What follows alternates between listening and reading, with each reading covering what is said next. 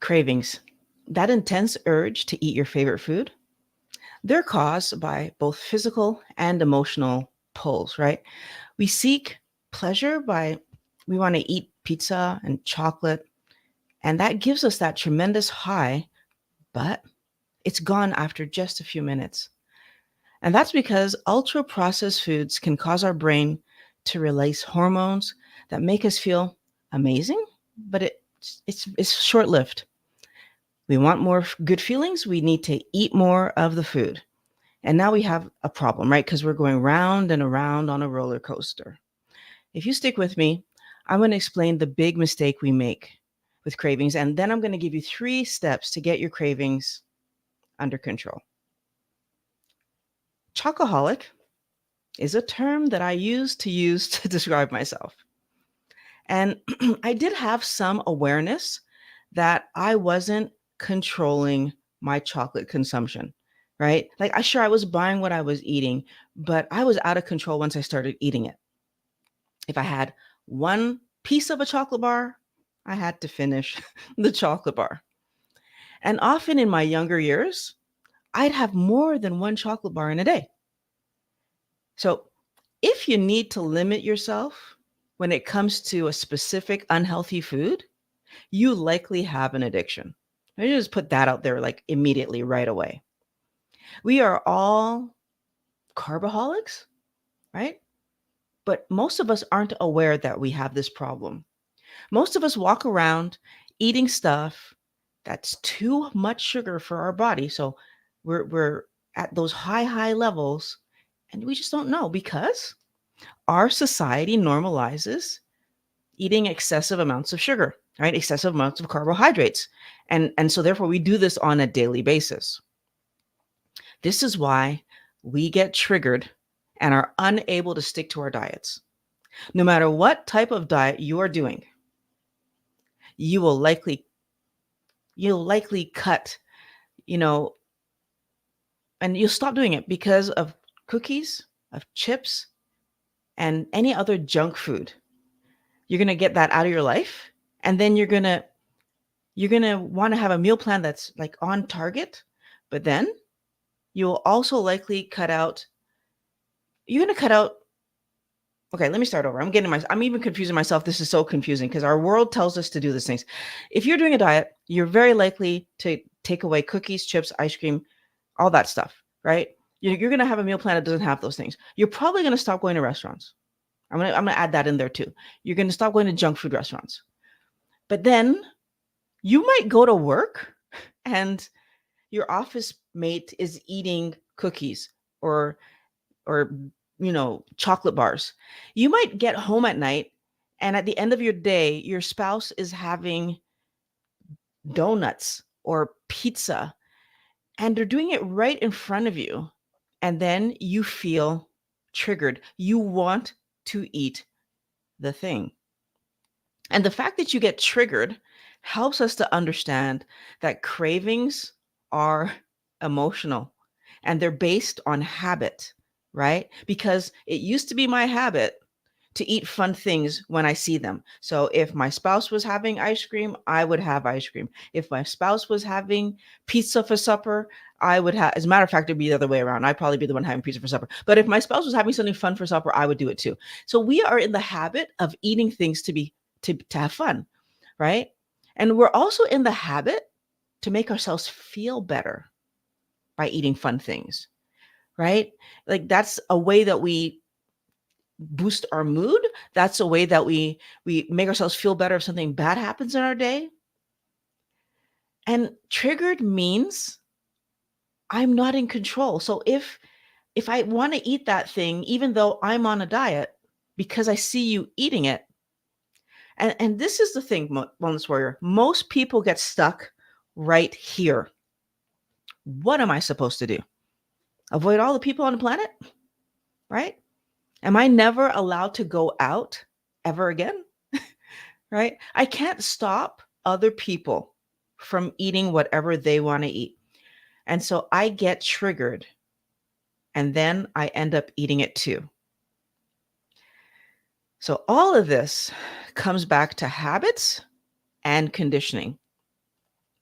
We've been programmed to believe that it's normal to do what the crowd is doing, even if what the crowd is doing I know is bad for my health.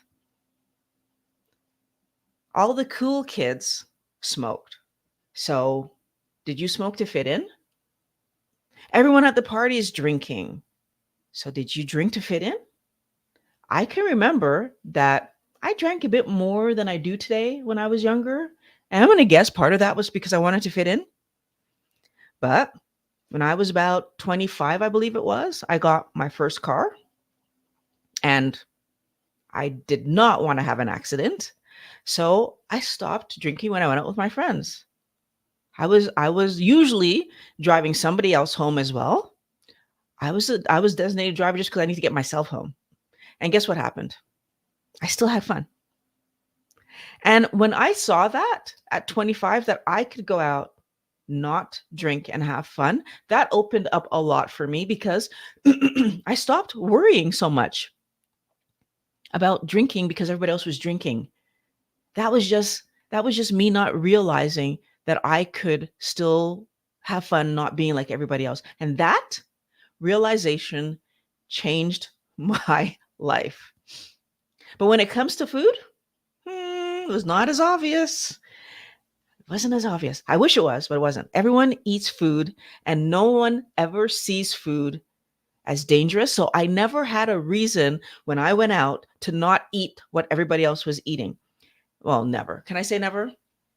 When I was trying to be more careful with what I was eating, then I had a reason. And so I would make logical choices, right? I would switch out the fries for a salad, for example. So like I did make changes, but I still was able to have the burger, right? I just had a salad beside it. So we don't realize that cravings have been controlling our lives for years because, well, at least I know that I was skeptical, so I'm assuming that you're skeptical because like we don't realize we're craving, right? But I can remember in my history two incidents that helped me today to understand that I was chasing, that I was craving, that I was out of control with food. The first one was when I was about 10 years old. And I was in my kitchen. I vividly remember being in the kitchen searching for chocolate. And it kind of shocks me that I was searching for chocolate because as a kid, my parents rarely bought junk food. Right. So, but I'm searching for chocolate and I'm like frustrated. And I'm like, I'm not happy that I can't find chocolate. So eventually I take the hot chocolate, the cocoa powder that we use to make hot chocolate in the morning, and I eat some of that. I vividly remember that memory and like realize that that was me, 10 years old, chasing. I was already in this bad situation with food. And by the way, can I just like say this out loud? I just heard, like, I'm just thinking about what I just said. I have been keto for 6 years and I still have a certain amount of programming in me, right? That says that what's junk food, what's not junk food. I just said my parents didn't buy junk food, even though we had hot chocolate for breakfast. Like, that's junk food, right? That's wild. Like, anyways, but yeah, like I was searching for chocolate and I end up eating the powder.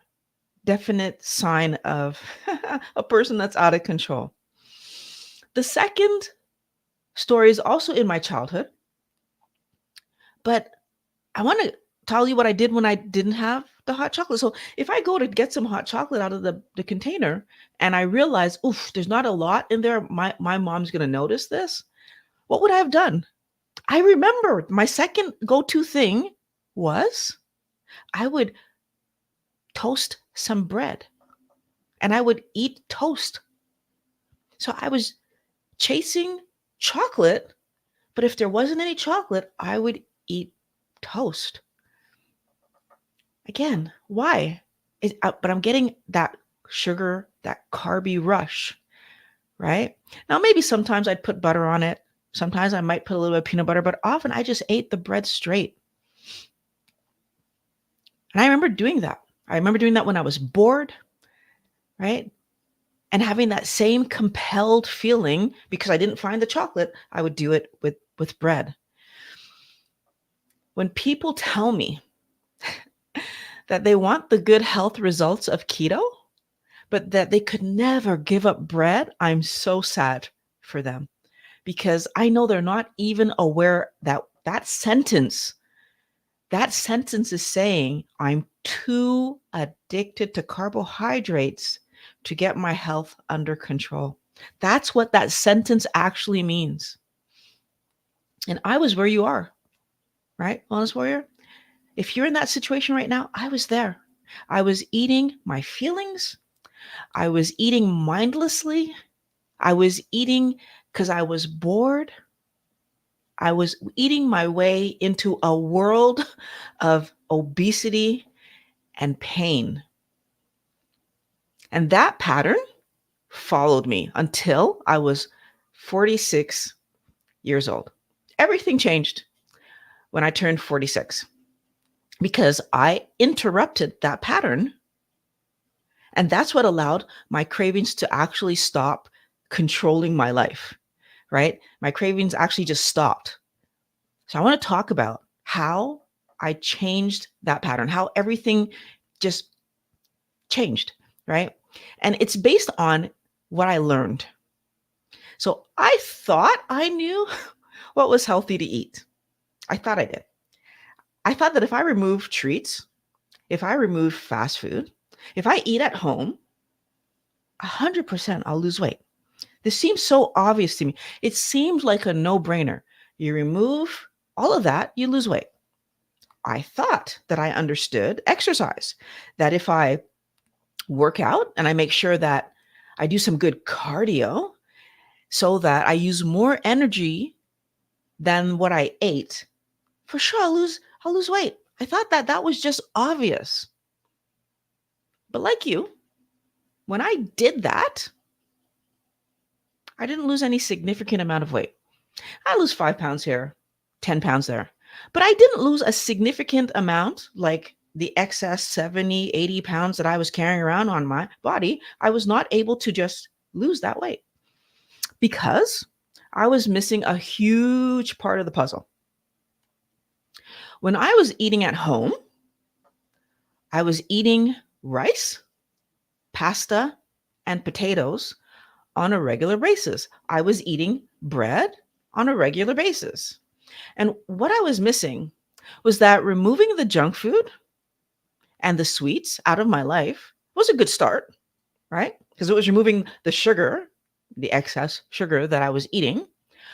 But rice has 48 grams of sugar per cup. So that carbohydrate number, carbs, sugar, two words for the same thing. 48 grams per cup compared to a chocolate bar has 24 grams of carb.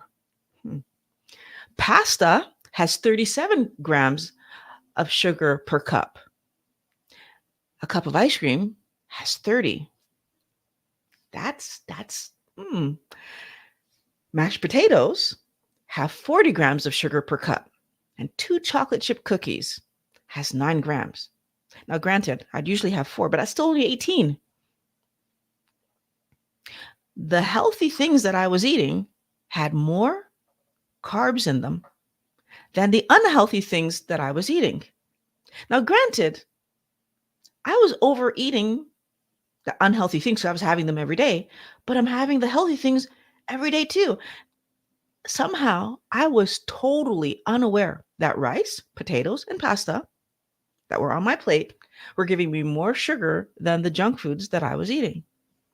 Can I just add to this, by the way, because those numbers I just gave you, 48 and 37, yeah, they're low because I never had 1 cup of rice on my plate or 1 cup of pasta or 1 cup of mashed potatoes, right?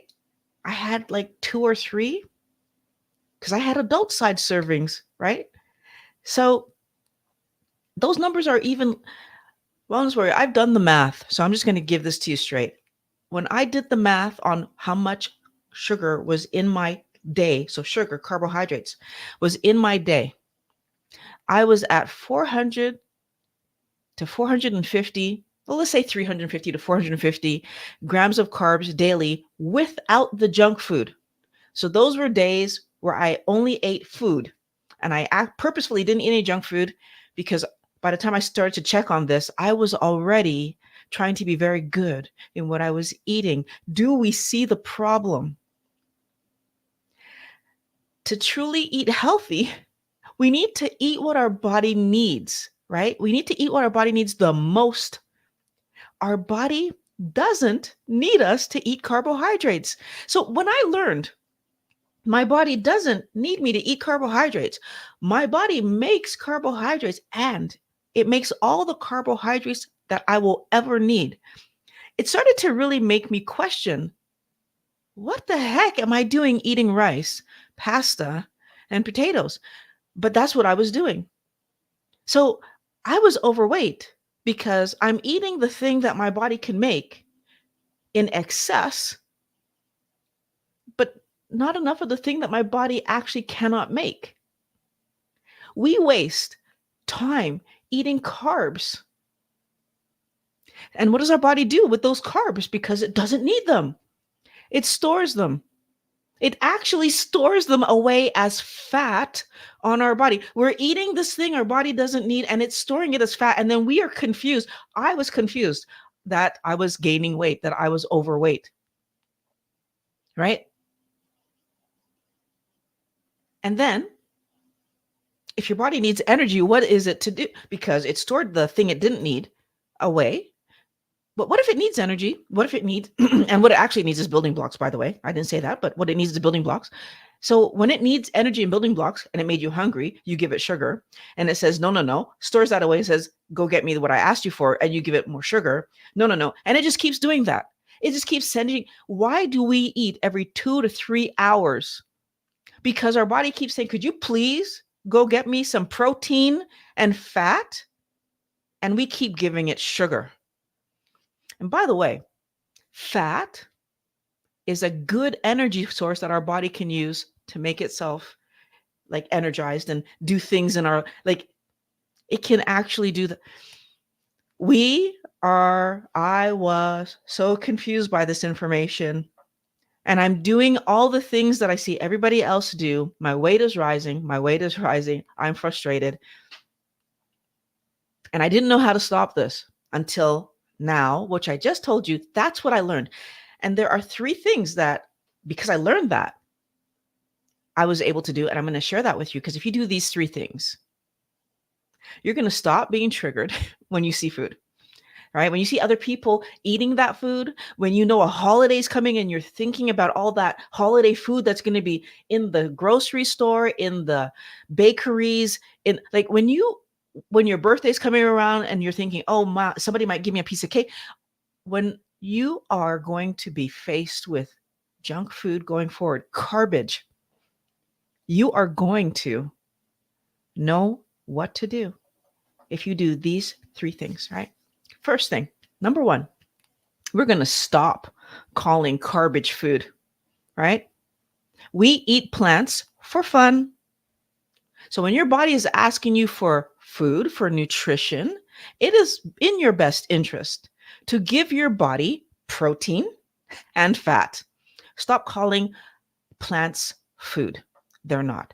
Sometimes we need those plants for medicinal purposes, but as a food source, we do not need those plants. Stop having them on a daily basis, protein and fat.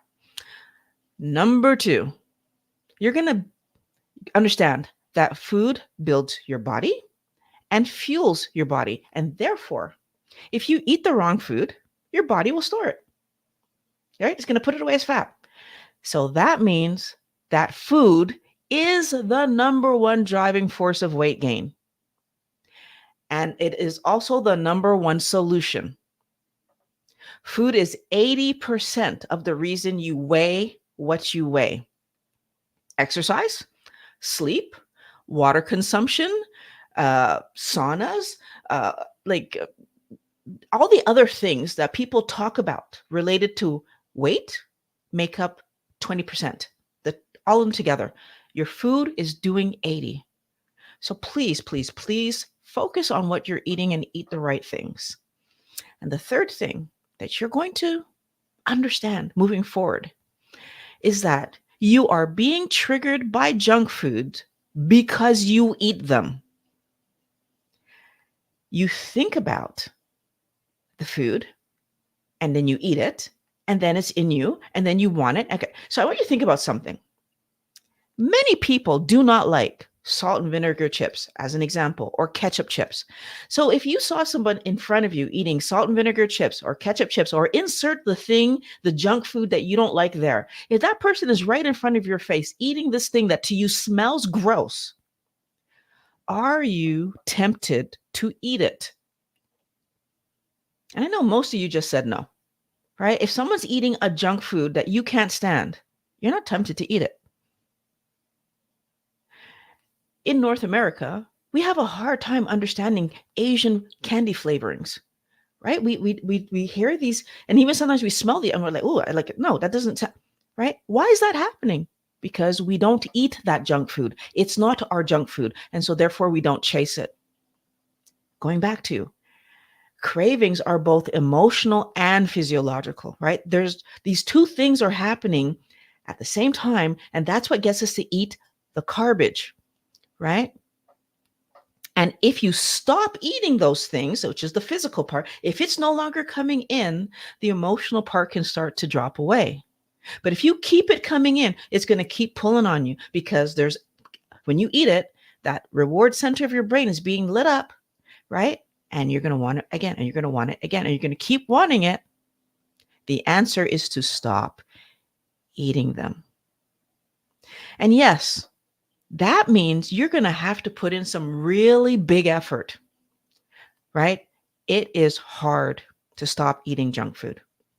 I'm not talking out of nowhere. So bonus, this is for the people who stuck with me. You're still here with me. I'm going to give you some more information. This is bonus on top of the 3 that I just gave you. It's hard. And what changes it from being hard to being easy is that we need to stop talking about being triggered, something that's out of my control, and start making decisions, something that's in my control, right? It is hard to resist eating off plan because you have money and you can buy whatever you want and you can have it at a moment's notice, right? And that's an immediate gratification situation. Ooh, I want this, and I eat it. And then I don't delay myself at all. I feel good. I'm in the cycle now. I'm in the roller coaster. But what happens is that delays the positive, healthy thing I was trying to do for myself.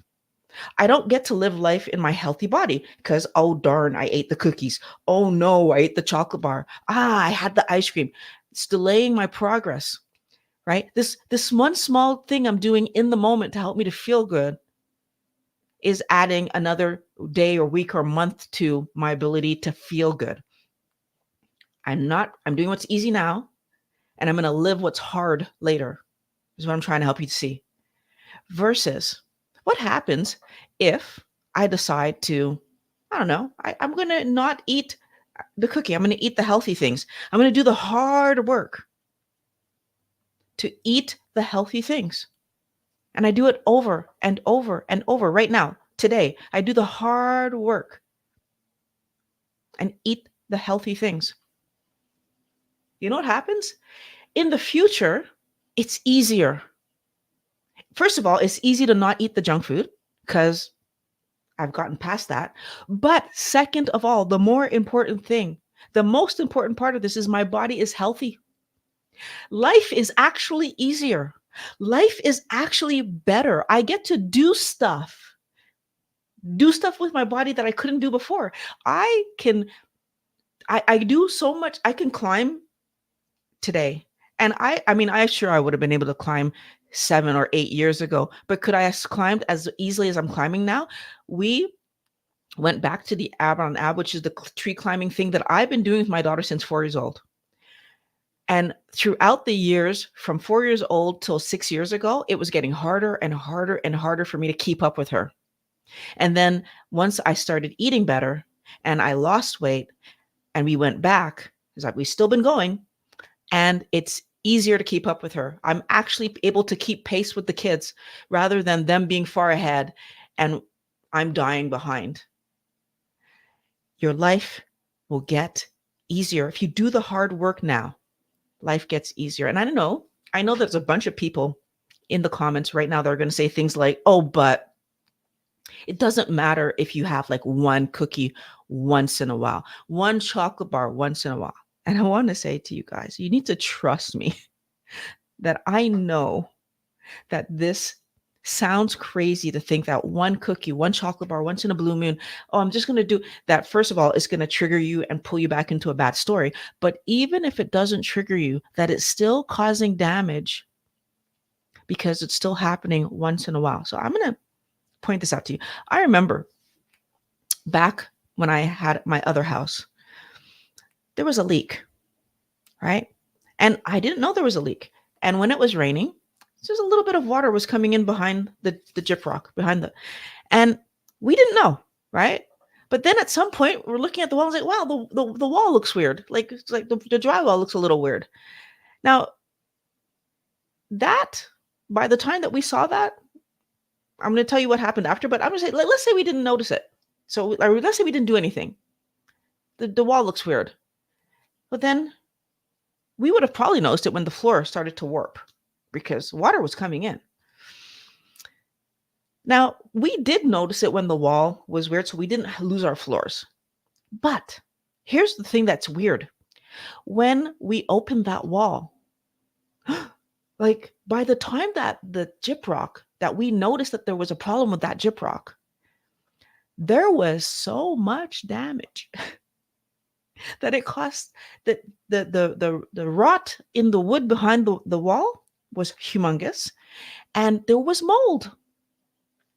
So $20,000+ later to fix that wall. Can I tell you that I wish I would have known sooner? Just like I wish I would have known about the damage that sugar was causing in my body. Now, the sugar in my body was much bigger. Like I said, I was eating 400 grams of carbs a day. So the amount that was coming in, the damage was much bigger. But I want to point something out to everybody who's watching this. It took years for me to get to the position where my body was having joint pains all over me. 23 years. I was 23-ish when my joint pain started. And in that period of time, I had many, many, many times where I cut down the amount of junk food that was coming in, only having healthy foods. Healthy, potatoes, rice, but I thought they were healthy. And then from 23 to 46, it just kept getting worse and worse until finally I can't walk. My hip is just destroyed. I wish I would have known sooner that the sugar that I was eating was causing my problem. Because if I would have known that in my 20s, I could have stopped eating sugar and saved my joints. If I would have known that I could have stopped eating sugar and been at a healthy weight, I would not have suffered for 23 years. And I would have not had to live through the pain of my hip giving up on me. Right? Now we're talking about one cookie, and I'm trying to help you to see something. That damage that happened in my body, do you think that because it's been 6 years, that all of it's completely changed and cleaned up? This is the mistake that we're making, Wellness Warrior. We think that because I ate healthy for a year or two, that means I'm good now. But guess what I figured out? No, it takes about 15+ years. So 7 for some body parts, 15 for other body parts, but plus for other body parts to rebuild themselves. It takes a long time to rebuild a body completely. And so what happens when I eat the cookie? The damage that's there is where the cookie is going to damage. Like, it's not like I'm going to eat something and it's going to go and start attacking new tissue that's healthy. What I understand from the doctors that I'm listening to is that where you are weakest is where you're going to have the damage continue to happen. This is why, for me, it was joints. This is why when I accidentally eat something, like the other day, we went out to eat and we forgot to say no lemon oil, and they put lemon oil, which we know has canola oil in it.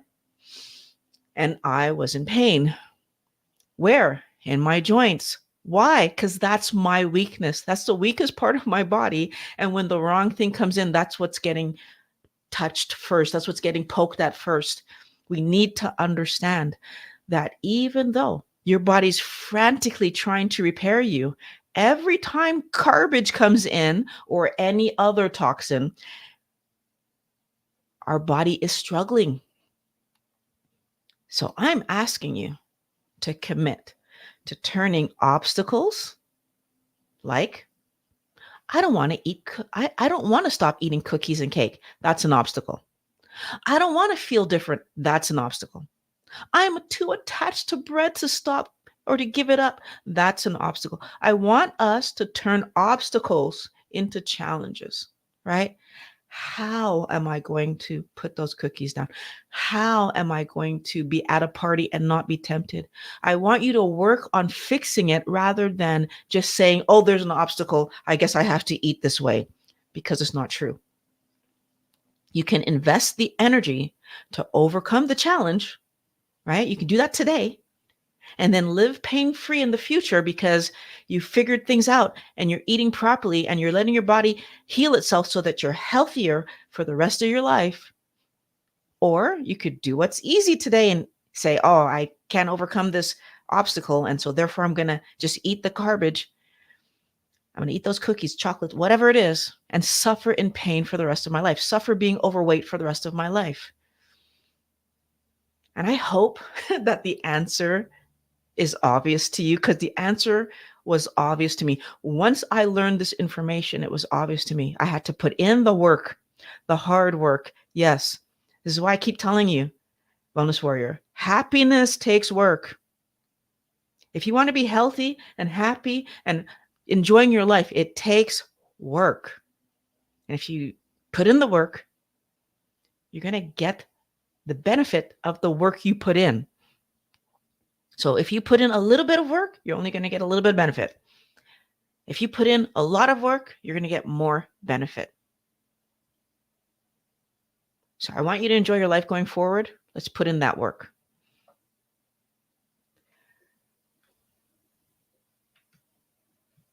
Okay. I'm going to answer some questions. So first I'm going to say hello to Danny. I'm going to make this bigger so I can read these comments easier.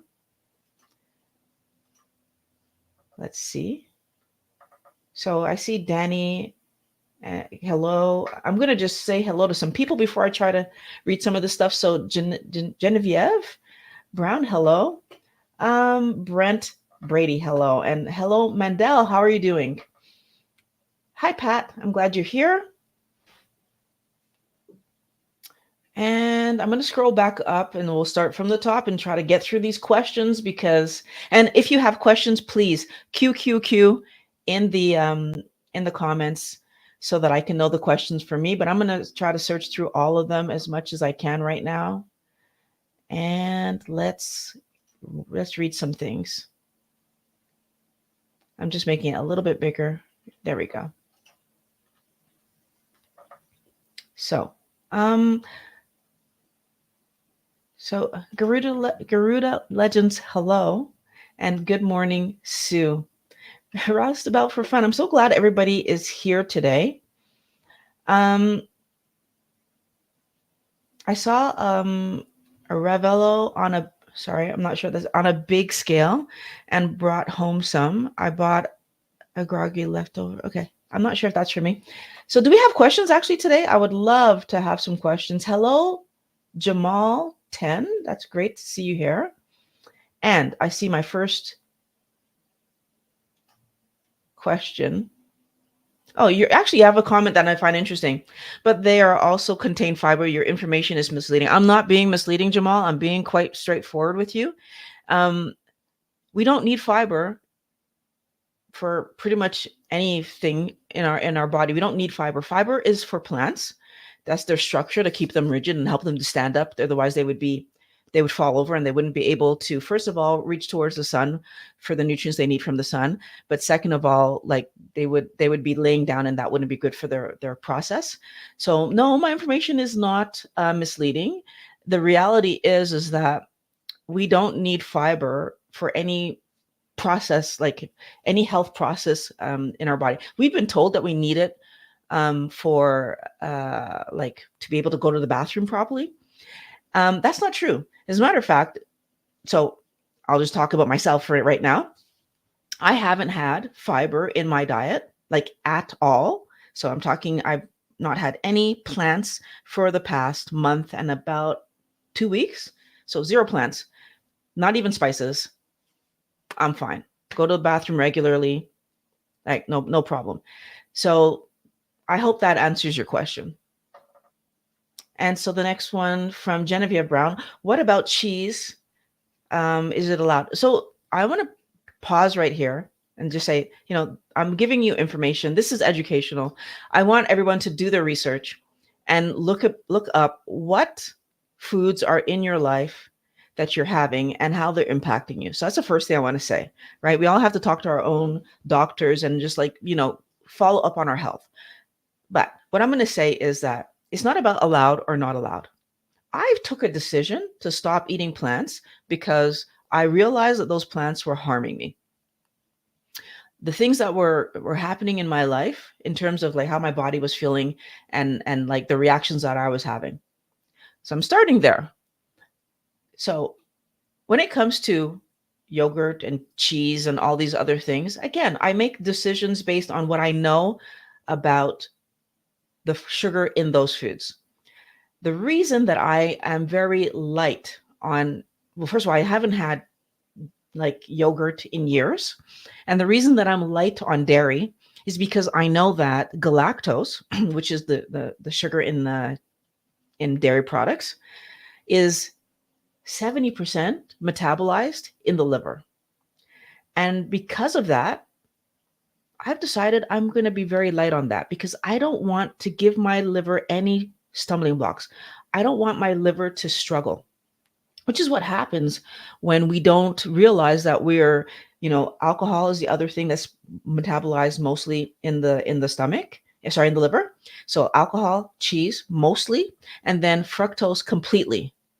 Those three things are wreaking so much havoc on our livers. We don't really understand it. But again, I listen to a lot of doctors who talk about these processes, and I encourage all of you to do the same. Because you're going to find the information you need to be able to heal, because that's what this is all about. I want us to heal. If we don't heal, we're gonna live difficulty in our later parts of our lives, right? And some of us, it's unfortunate that so many people don't make it to the later part of their life because of the way that we were eating in the first half. Good morning, Jack the Wonderful. I'm glad you're able to make it here. Faith Before Found. Thank you very much for making it here as well. Violet this is Melanie. Long time no see. Hey, hi, I'm so happy to see you here. Trying to remember like from what I know you, but we can talk about that. Maybe jump into the squad and let me know. So Genevieve is asking, no veggies? Personally, I do not eat vegetables. If you're going to eat vegetables, which, a lot of people do keto and they eat vegetables and they're healthy because they focus on low glycemic vegetables. So the vegetables with the least amount of sugar in them. And if you do that, so if you're starting from a metabolically healthy place, so this is where I would say most of our children and our young people, anybody who hasn't had an excessive amount of weight on their body and isn't having like, mental health issues or isn't having like physical pain issues. If your body is relatively stable and you come into keto or even low carb for that matter, if you're healthy and you're doing low carb, you're going to do so much better because you're keeping your carb count at 125 and less. But the doctors are helping us to understand that our body can manage 20 grams or less. And so, even though 125 or less would mean that it would take you much, much longer to get into the danger zone, from what the doctors say, when they say your body can manage 20 or less, what it makes me believe is that you're still moving towards that danger zone. And in my humble opinion, I think that's a mistake. I think as a planet, we should all be looking at how do we stop ourselves from moving towards the danger zone? What's the best thing we could be eating to make sure that we stay healthy, live healthy, that this is where we are. So as a planet, I think that it's important for us to kind of back up and make a new decision, right? And I hope that we make the decision that being healthy matters more than eating vegetables or eating excessive amounts of vegetables. So, if you're eating healthier vegetables, go for it, right? You're going to be 20 grams of carb or less. And I feel like that's going to be the healthy thing to do for everybody on the planet. But it's or less. So I'm also wanting to point that part out. It's 20 grams of carbs or less. So I'm in the or less. I eat none right now. And I feel good. So as long as I feel good, I keep moving forward. This is the way I've been doing everything. And the same thing goes for the dairy. Like once in a while, I might have a bit of cheese if I feel like it. I still have cream in my coffee. So in the grand scheme of things, from one day to the next, I'm having about 2 grams of carbs daily.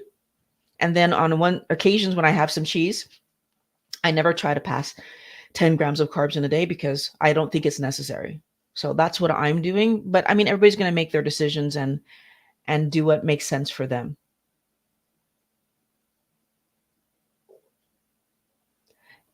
So I'm not sure, Hawk, why you say I look like a politician, but I'm not sure if that's like how to take that. But thanks for the comment. Let's see. So I'm looking for questions, guys. That would be fun to answer some questions. Bradley, I'm glad to hear that you're doing carnivore. I think that that's amazing.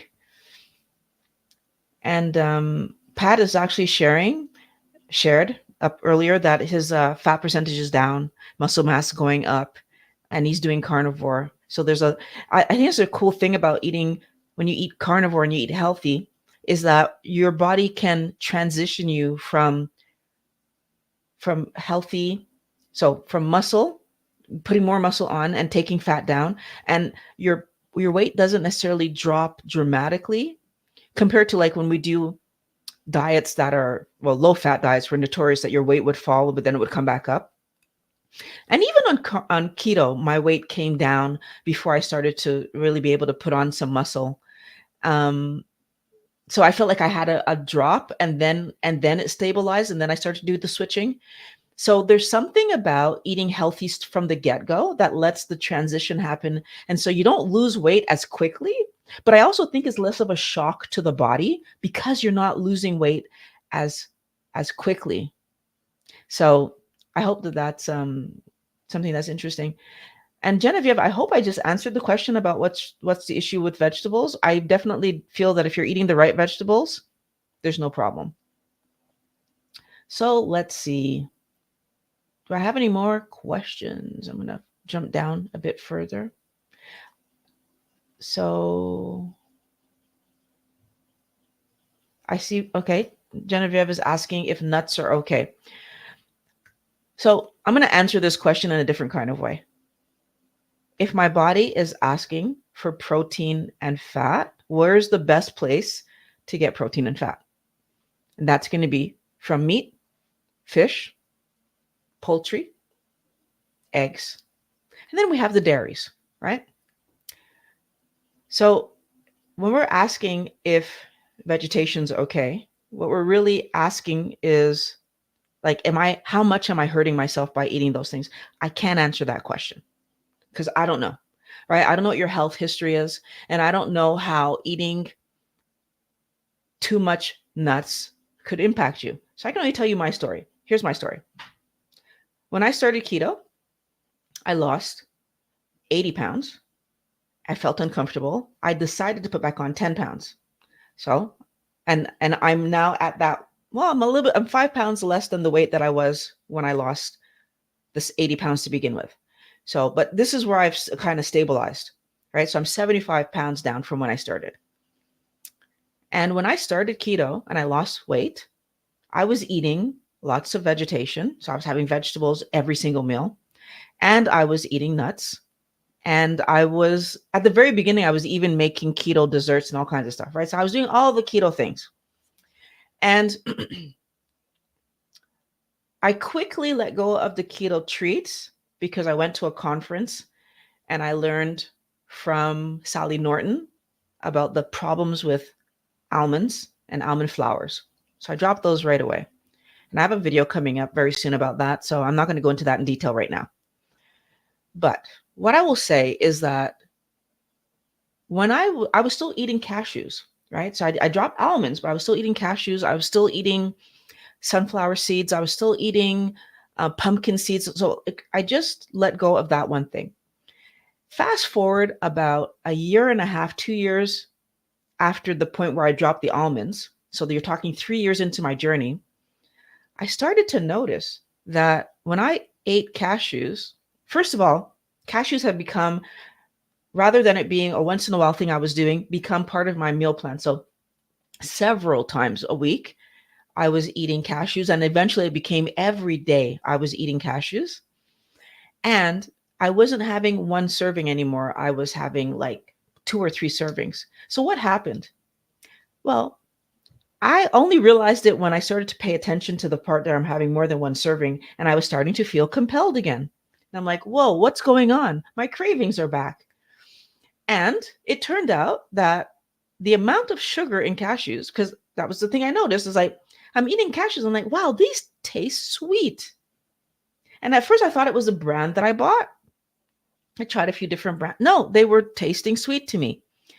So, you know how you might know somebody and maybe they quit drinking and they did good for years, and then they drink something and all of a sudden, like, you don't hear from them anymore, and you find out, oh, they slipped back into that world. That happened to me with cashews, that it was pulling me back down this path, and I was starting to get carb creep all over the place. And why did it start? I started with the cashews, and then I was putting more veg on my plate. And I started to see it. Now I'm lucky, because how did I notice this? I'm lucky. I mean, I consider it lucky. A lot of people would say this is not lucky, but I started to feel achy and pain all over again. And as soon as that happened, I stopped and I realized, oh, I'm eating too many cashews, which was another reason that I'm constantly telling people, track, track, track, track. Don't stop tracking. That's why I resumed tracking. And I tell you this because I made the mistake. Because when I started tracking again and looked at what was going on, the amount of vegetables on my plate, too high. The amount of cashews I was eating, too high. And of course, my body was reacting. I'm lucky. I have violet syndrome. Anytime I overeat my carbohydrates, pain hits me. I think that makes me lucky. I know a lot of people would say, oh my God, you're so unlucky. No, that punch in my face keeps me on track. Now, so you're asking me, are nuts okay? Of course. I mean, honestly, we are adults, so we get to eat whatever we want to be in whatever state we want to be in. I'm suggesting to you that you probably want to be doing 20 grams of carbs or less at maximum, especially if you've ever had any sign of insulin resistance. What are the signs of insulin resistance? Overweight is a sign of insulin resistance. Joint pain or any kind of inflammation problem, IBS, like all the things that cause that cause inflammation, that are caused by inflammation. If you have any itis, you have an insulin issue, very likely. if you have any kind of metabolic problem, you should probably be 20 grams or carbs or less, right? Like that would just make sense.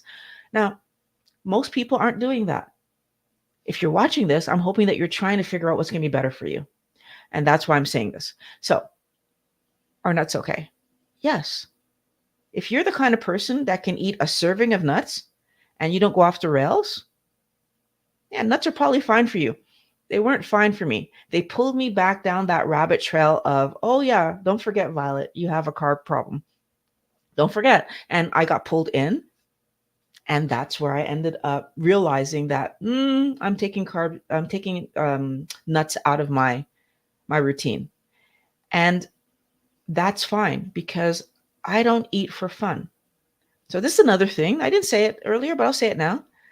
It's important for us, if we want to be healthy, to stop eating for fun. Right? Food is for nutrition. And that means that we're trying to build our body and we're trying to fuel our body. So if I'm looking at what's fun to eat, I'm already on the wrong path. So I'm encouraging everybody to look at it that way. So I hope, Genevieve, that my answer gives you the answer.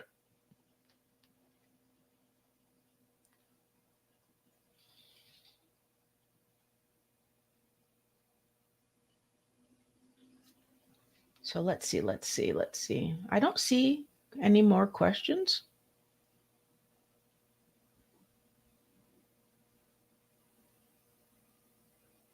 So Mandel is saying, I might eat an orange or be okay, or an apple and be congested. Elimination diet, no veggies. I've seen bad things when I cheat.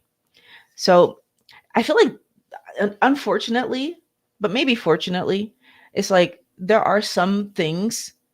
So, like, for example, some people will need to eat something because they're not feeling well, right? And then the question is, well, does that mean that if I have to eat it right now, I have to eat it forever? And that's not reality. So, for example, like when you are starting to eliminate things out of your diet. So let's say, like, I was one of those people. I went 100%. So I went from eating standard diet to eating a keto diet. But what would have happened if I went from eating a standard diet to eating a carnivore diet? And maybe I would have been in a position in there where, like, going to zero carbohydrates might have been too much of a shock for my body. And I might have had to put some back. And I think that this is one of the things that we don't really fully understand, is that our body gets used to stuff. And when I went from standard diet to keto, I lived withdrawal. Why? Because my body was used to stuff. And there are some people, and I'm saying you might need to, you don't need to, like, your body, for most things, again, do your research. I'm not telling you what to do, but for most things, our body can manage. But there are some things that if you just take it away, your body reacts violently. And so, like, we know this because medication, sometimes when you remove a medication, your body reacts violently and you have to taper off. So this is part of the reason I say that there are some people that they couldn't do what I did and just go from standard diet to keto and be okay, because their reaction would have been really hard for them and they would not have been able to sustain. I lived the withdrawal, and it was like 2 days. It was 2 days of, like, intensity. I was not a happy person during those 2 days. And then the following 2 days, so 2 days of really bad, and and then 2 days of, like, this is not great, but I feel like it's getting better. And then by the 5th day, I was feeling better. Not everybody would have been able to do that, but my desire for my hip to stop hurting was that high. So I know when I say my hip was hurting, everybody's going to be out there with their vision of, like, oh, poor Violet, her hip was hurt. So I'm the kind of person that was walking around for 23 years in pain 24/7. My elbows, my knees, my back, my neck. Right? I started seeing a chiropractor when my daughter was 6 years old. And when this happened, my daughter was 13. Right? When the hip thing happened, my daughter was 13. I started seeing a chiropractor because my neck was so stiff that I couldn't turn it. And I had to go weekly at the very beginning. And it eventually got down to monthly just to be able to turn my head. So when I tell you that I walked around in pain 24/7, 4 years, I still took my daughter skiing. I still took my daughter climbing in the trees. I still took my daughter bicycling and rollerblading and all the things. I just did the thing because what else was I going to do? I had a kid and we need to do things, right?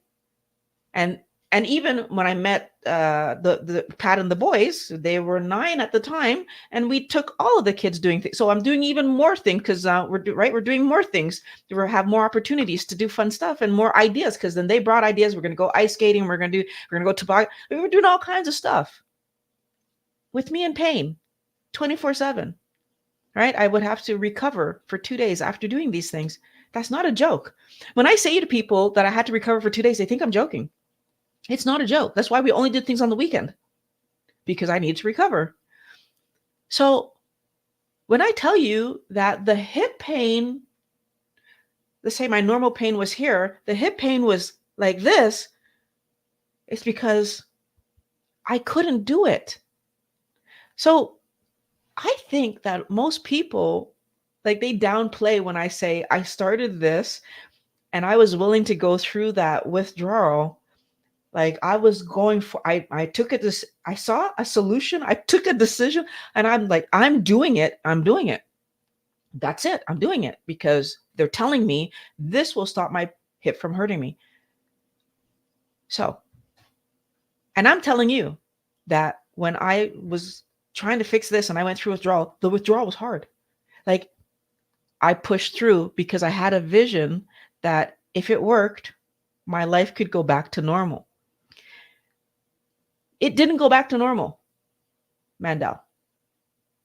It didn't go back to normal. It got better than what it was before normal. It exceeded what was my normal. It was amazing. So yeah, sometimes we're going to eat things and something's going to make me feel good and something else is going to make me feel bad. And we have to try to figure out, like, what does that mean? Do I eat it? Do I not eat it? Okay. I got to the point in my career, in my journey where I don't need to eat the veg anymore. I understand what my body wants. So everybody, if you listen to your body, where do you end up? Now, we think we're going to end up in this world of fruit and vegetables and whatever. I'm going to wait and see. I'm going to wait to hear from you, like, where you end up. But I know where I ended up, and I'm pretty happy where I ended up. Hello, sing it. Glad you made it here. So yes, I've been full-blown carnivore, which I think you heard me say earlier, for a month and a half. I'm not sure how to say your name, but hello. So you're on zero fiber for 11 months. No problems with the bathroom thing. Thank you for supporting what I said earlier. I think a lot of people just don't believe that you can go to the bathroom without fiber because for our entire lives, we've been told you need fiber to go to the bathroom. But we need to understand where that information is coming from. And it's not coming from any doctor that understands how our body works. I'm just going to say it like that. So I want to say, Andy, hello. How are you doing? Have you noticed a change taking seasonings out? So what I will say is I haven't noticed, like, I feel like it's too early for me to say if I've noticed a significant change. The thing that I'm trying to solve, I think will take a bit of time. So I'm not going to comment yes or no. What I have noticed though is my food tastes good. And that was my biggest fear. Again, I'm a person just like you guys. And when I sit down to eat, I still want it to taste good. And I wasn't sure how was I going to have good tasting food without, right? Like it just, I wasn't sure how I was going to do it. What I've come to realize is that we actually have more than enough flavors that we can enjoy without adding to them. So first of all, I was kind of shocked to learn that pork just by itself, first of all, tastes good. So I don't actually have to add anything to it, which is good. But I learned something even better, which is that if I add to it, so if I cook my pork and I use butter, for example, I always put salt, by the way, so I need the salt. That tastes terrific. And I also figured out that I could use bacon as a seasoning because if you cook anything in bacon grease, it tastes good. If you add bacon to like ground pork, that tastes hella good. Actually, that's one of my favorite things right now is just cutting up bacon and adding it to ground pork before I make a patty or before I make just fry the pork or whatever. That is delicious. Love that. So it's interesting to me that we don't necessarily have to season things with plants either. And I do feel like the simpler way that I'm cooking things now is allowing me to enjoy the flavors of what I'm actually eating. Before I started any of this, so back when I was doing standard Canadian diet, I used to eat eggs with no salt, no pepper, no nothing. And I would have, well, back then, before I knew better, was frying it in a neutral oil, but it was still fried in oil. Now I would have used lard. Now I use lard, or butter. But I was just like I was just eating the egg. No flavors added to it. And I feel like now I'm realizing that there's a lot of things that just taste good that we ignore, we don't understand, we whatever. So, yeah, I'm happy for that. So, Carrie L, hello, and you're saying that you haven't eaten a vegetable in 2 years and happy to eat and to not eat another one ever. Thank you, Carrie, for that comment. Laura, question. Thank you. Just adopted a rescue dog with health issues, and I'm thinking carnivore would benefit him. Any carnivore pet experience experts out there? I'm not an expert, but I transitioned my dog to meat only. And the reason I did that is because he started to show signs of like dementia or something. Like he was groggy. There's this syndrome called sundowner syndrome. Apparently dogs can get it too. People get it, but apparently dogs can get it too. And I didn't even know about this syndrome until my dog seemed to be showing signs of it. And it's like, oh, it seems like he has this thing. That was going on about a year and a half ago. And yeah, because it was, yeah, the Christmas before last is when I switched him to just eating meat only. And so the last year and 2 months, he's been eating just meat. And I would say it took about 2 months to start to see a change. But by month 3, he was much better, much, much better. And I mean, he was scaring us because we were thinking we were going to have to put him down because he was biting at people. And he's the sweetest dog normally. I was about to call him a person because he's so sweet, but he's the sweetest dog normally. And he was starting to snap at the kids. Like we had to always putting him away when the kids came over. And when it was just like me and my daughter and the boys, like we had to be careful around him because he was getting, and I put him on just meat. What I figured out for him, because I wasn't sure what kind of meat. I was kind of going all over and I was buying from a company. I'm not sure if I feel like there was stuff in some of the food. Anyways, I'm not going to go into that. But I started to experiment with chicken, pork, and beef. And he did the best on beef. So now he's eating just beef. So, I mean, that's an aside. I hope that helps you, Laura, because our animals deserve to be eating what they're supposed to be eating. Dogs are carnivores. So actually, it's funny because all the work I was doing for myself and our household. And then when I stopped and looked at what was in his food, I was just like, well, no wonder and I was buying expensive as heck food. I was doing that from the beginning of his life because I wanted to feed him well, but it still had a bunch of stuff in it that when I like, hindsight is 2020. And when I looked at it, I'm like, why am I? Yeah. So the cost of feeding him did go up. So I'm not gonna lie. Like beef from the grocery store cost more than the food that I was buying. Although the food that I was buying cost more than the food at a grocery store. But in the end, he's doing so much better, and it's been a year. Yeah, it's been a good solid year that his behavior is back to normal, and you can actually like interact and play with him again without him being snippy and like really annoyed with you. And he's how old is he? He is 13, I believe. My daughter knows that better than me because it's really her dog. But I believe he's 13. So we got him when she was 6 or 5. So yeah. So yeah. Okay.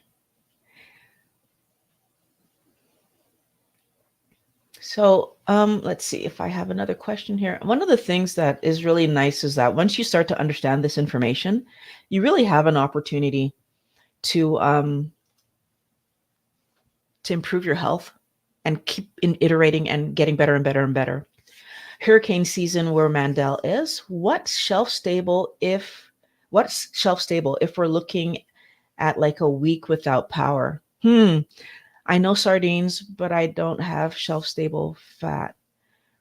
So I feel like if you're talking about a week and you really can't get out, I would probably pre-cook some bacon and like I mean like the hard thing here. Oh, jerky, all kinds of jerky would probably work, but I would pre-bake some bacon. And I probably would, yeah, sardines, all the canned meats that you can. I mean, if you're in a hurry, corned beef would probably work. I'm not sure. I don't eat these things, so you'd have to check like how, like what's in them. But I would be trying to balance like I can't go out to get food versus like eating the wrong things. So what I would also suggest, Mandel, is I would very likely before I would touch anything canned, I would focus my energy on just not eating if I'm not really hungry. So I would like try to go like I would not to the extent where you have to do bone broth to get out of it, but like I would give myself longer times between my meals.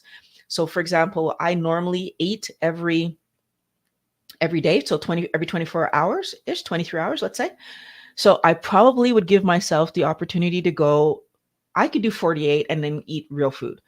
Most people, I would say, do 36 because 48 would probably be too long before you can eat real food. But you need to know yourself. I know I can do 48 and then eat a normal meal. I've done it a bunch of times and I have like no reaction. But that would probably be what I would do. That way I wouldn't need to eat these canned things as often as if I'm eating every day. Because the other problem I see is that the canned foods are going to have most canned foods, most things have preservatives. And one of the best preservatives we know is sugar, first of all. But it might put you in the position where your body's now struggling because we're eating so many of these canned things, these processed things. But if you could pre-cook stuff, and if you have the ability to have like a smaller fridge or freezer that can run off battery power, if you lose, just in case you lose power. But a lot of the times, especially if you have a big freezer, our big freezers will hold the cold because it's completely frozen, right?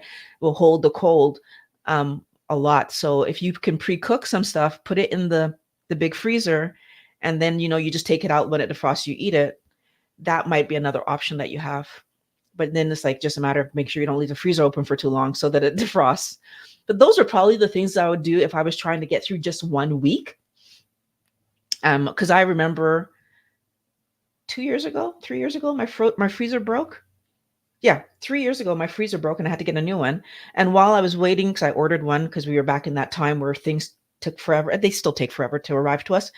And back when I was waiting for that freezer to arrive, um, like it was sitting there, and when I went down to get stuff out of the freezer, because I took out most of the stuff, but I left a few things in that were super frozen. And even like days later, when I went to the freezer, the things were still super frozen. Like the freezer was still holding enough cold that it was keeping the things frozen, which was crazy. But it was all the small things that were defrosting faster.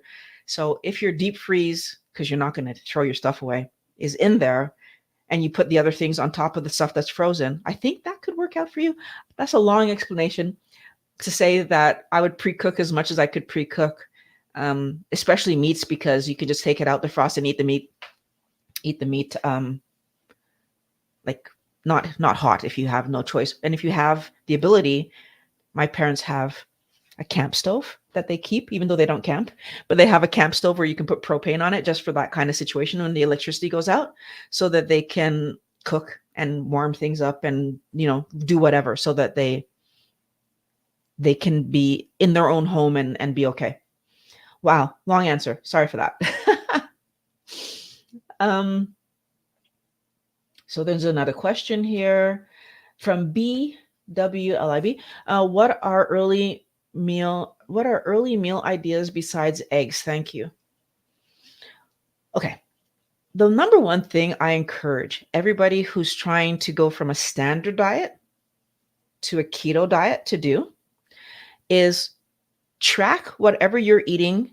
So eat normally and track whatever you're eating for a week, maybe 3 days if you don't want to do a whole week, 3 days. And you want to do enough days to get through all the meals that you typically eat. That's going to give you, first of all, the baseline of what you were doing.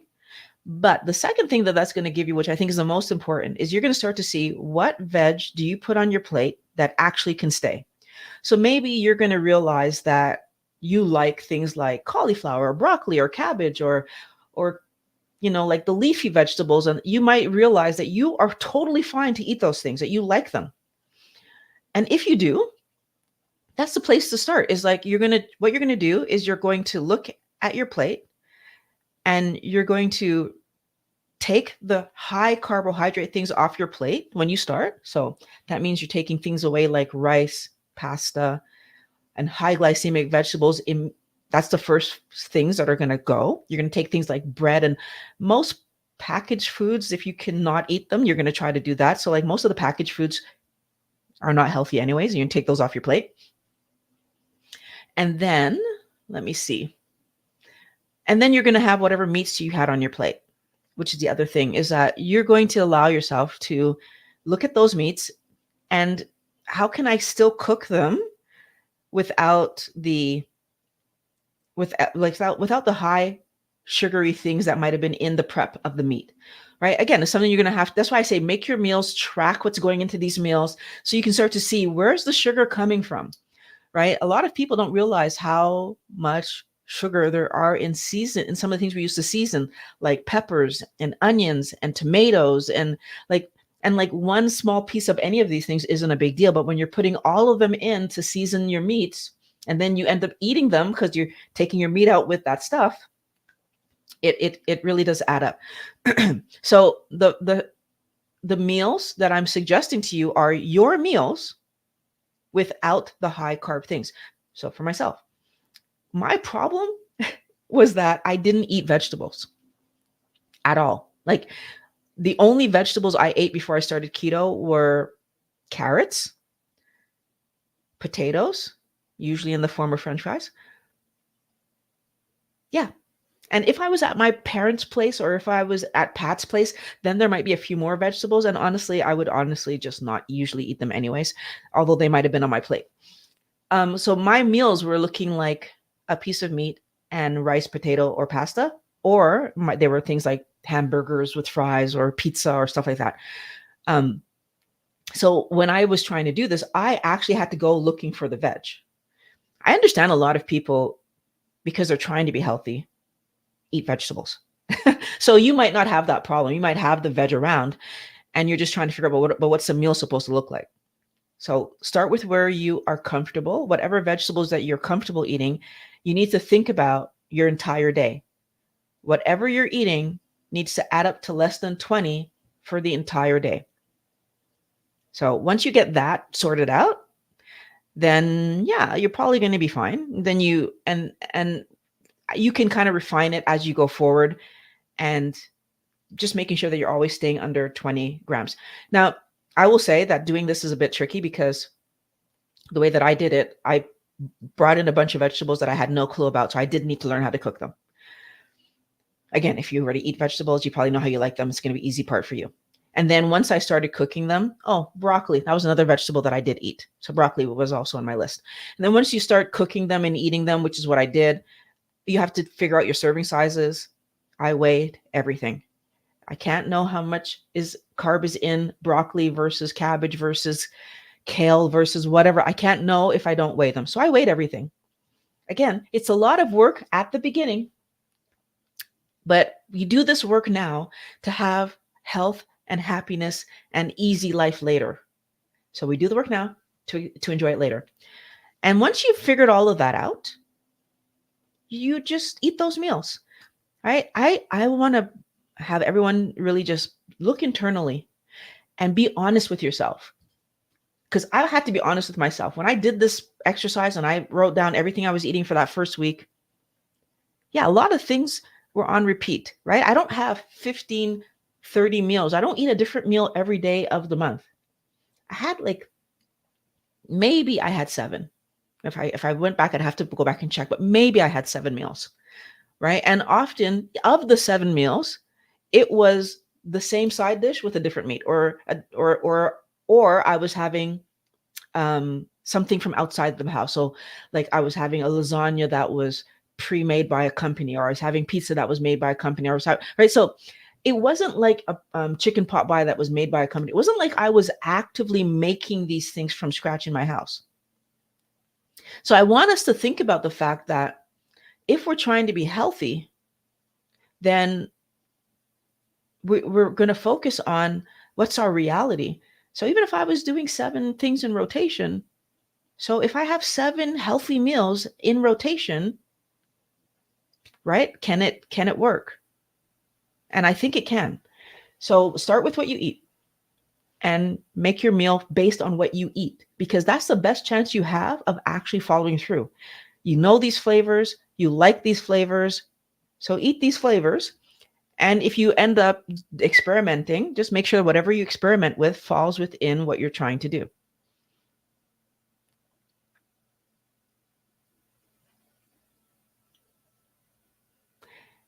So hello, Carol Dykes. Glad to have you here. And I do agree that carnivore is the perfect elimination diet. And Sugar, Bella, Beauty, and Aesthetics. Hello.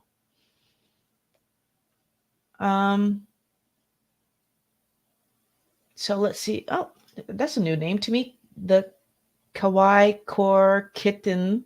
Okay. Nice to have you here.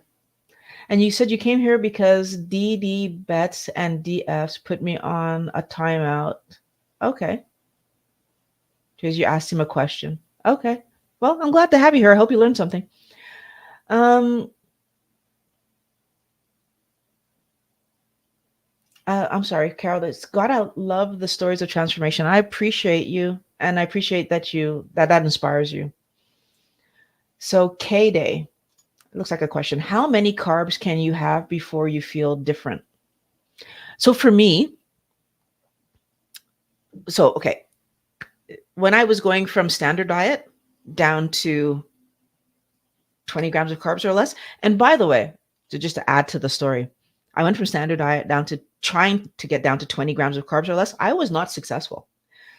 Like when I was tracking everything, and for a lot of my days, as I was tracking, I was realizing that I would be like at 25 or 30 or 27 or 22, right? But I was still going from 400 down to that number.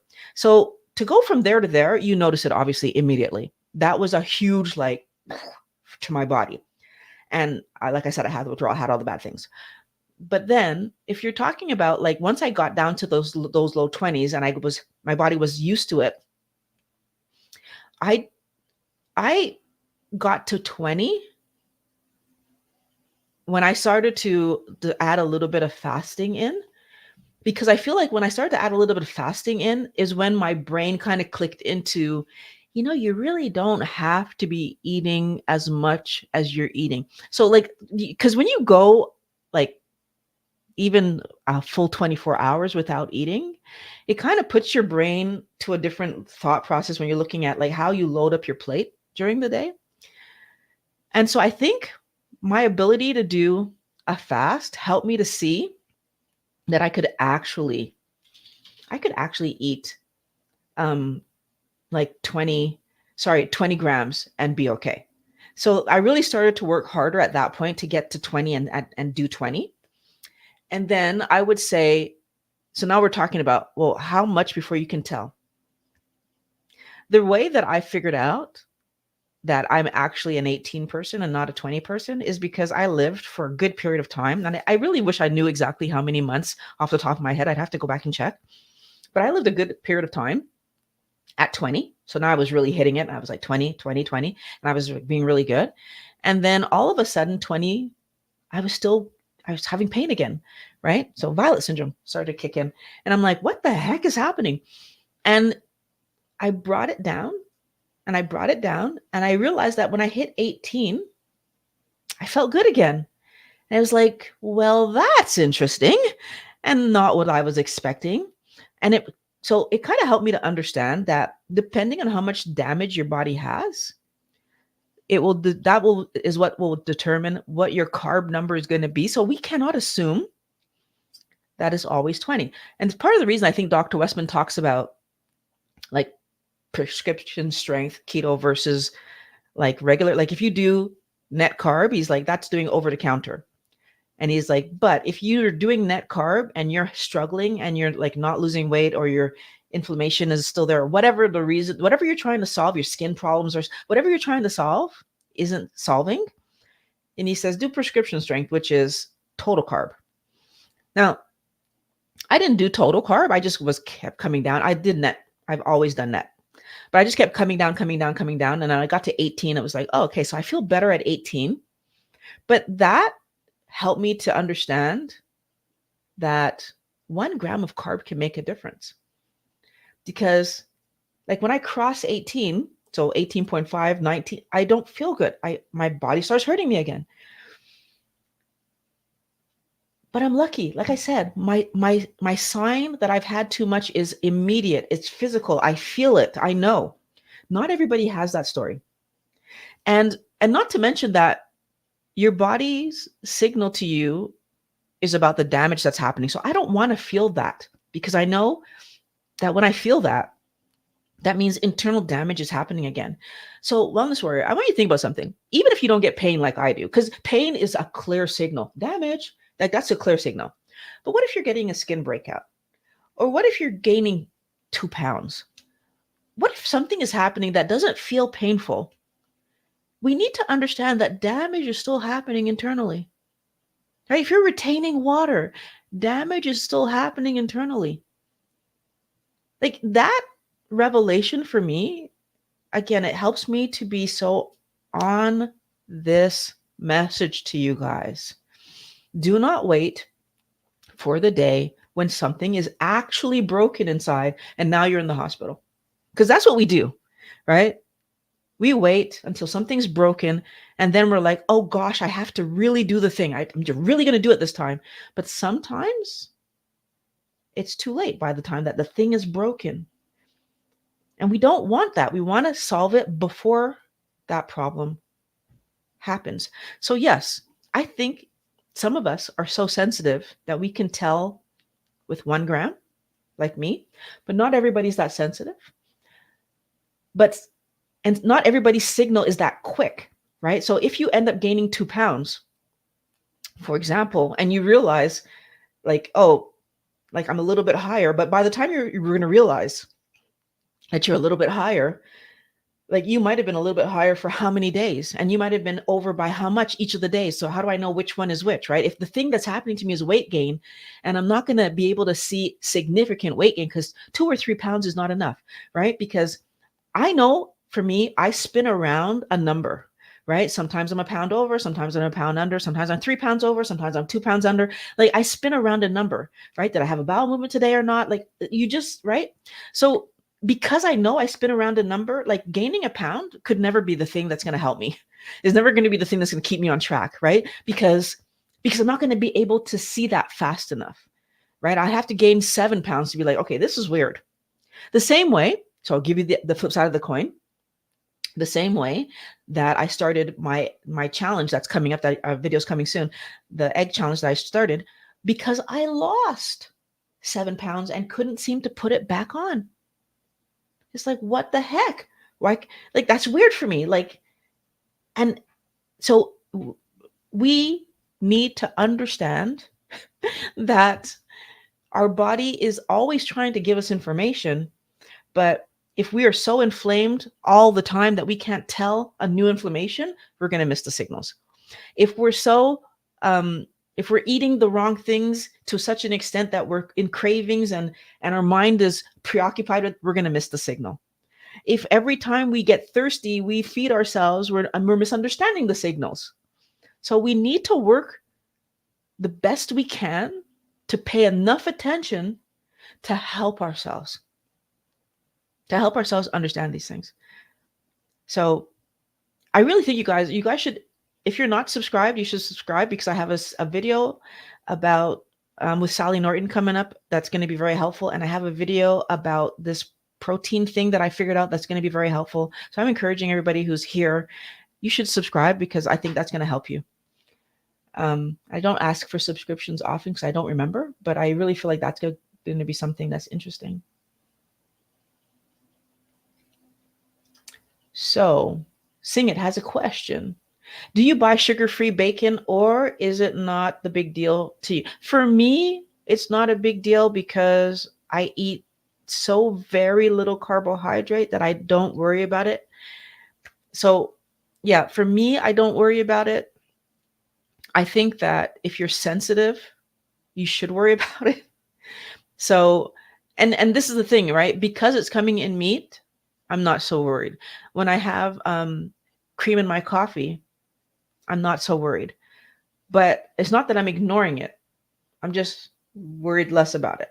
So, and I think that, well, it's funny because Pat and I were talking about like, oh, is there a way to just use pork belly and maybe we could have the same impact? I'm probably going to end up playing with that idea because I did like the idea, but I would have to figure out, like, is there a way to do it? That being said, I think that if we see sugar, we should be counting the sugar. That goes without saying. All of it needs to be counted so that you can make the best decision for yourself that you possibly can.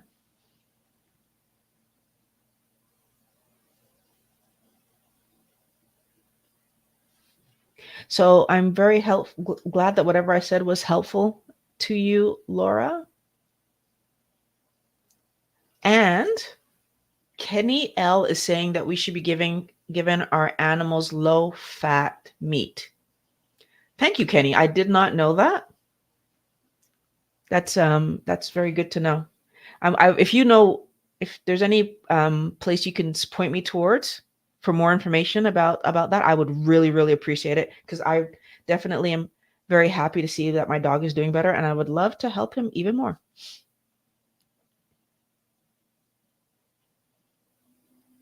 Yeah, Pat, thanks for piping in with the pickled eggs for Mandel. That's interesting. I didn't think about that. Hello, Erin Gobra. How are you doing? And you're noticing the sugar in the bacon too. And butter. Thank you, Pat, for reminding us about butter. You're too good. Okay.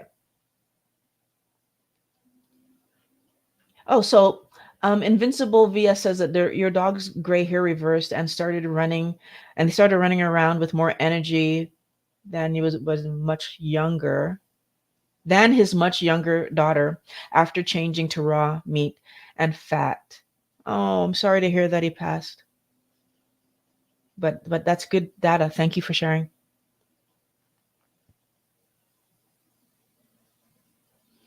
So Eve, sorry, Everett? I'm not sure how to say your name. Solomon. Is it okay? Is it bad for my kids to eat bread every day?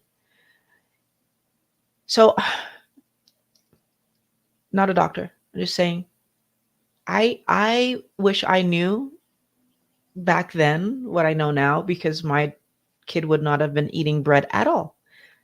That would have been a thing that I would have done because bread's not necessary. Now, at this point, though, is it bad for them to have it every day? It's not good for them to have it every day.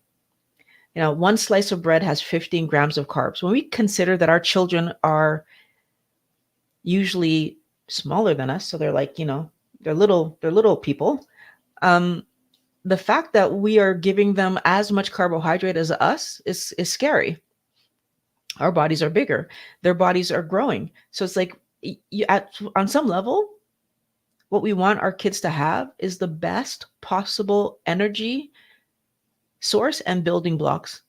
And we know that that's protein and fat. So having some bread isn't going to be the end of the world, especially if they're young enough that they're metabolically healthy. But like I said earlier, with that 125 grams of carbs, yes, that will keep you healthier longer, but is it keeping you healthiest? So if doctors are saying that 20 grams of carbs is what a human body can manage, and a slice of bread is 15, I would really encourage maybe giving those carbs in a healthier place, because they could have a really nice salad. They could have some better quality vegetables and do well with that. So, and I do think that kids can manage starches better than us because they don't have the insulin resistance of eating all the other garbage. And they're younger. But if your child is overweight, if your child has skin problems, eczema and all that kind of stuff, if your child has fatigue problems, if your child is showing any kind of mental instability, all of these things could be signs that they're already having insulin resistance, and you should take them to a doctor and get that double checked. And it's not a hard test to order, even though it's hardly ever ordered. But we should be more careful with our kids and their diets. So that's what I will say on that.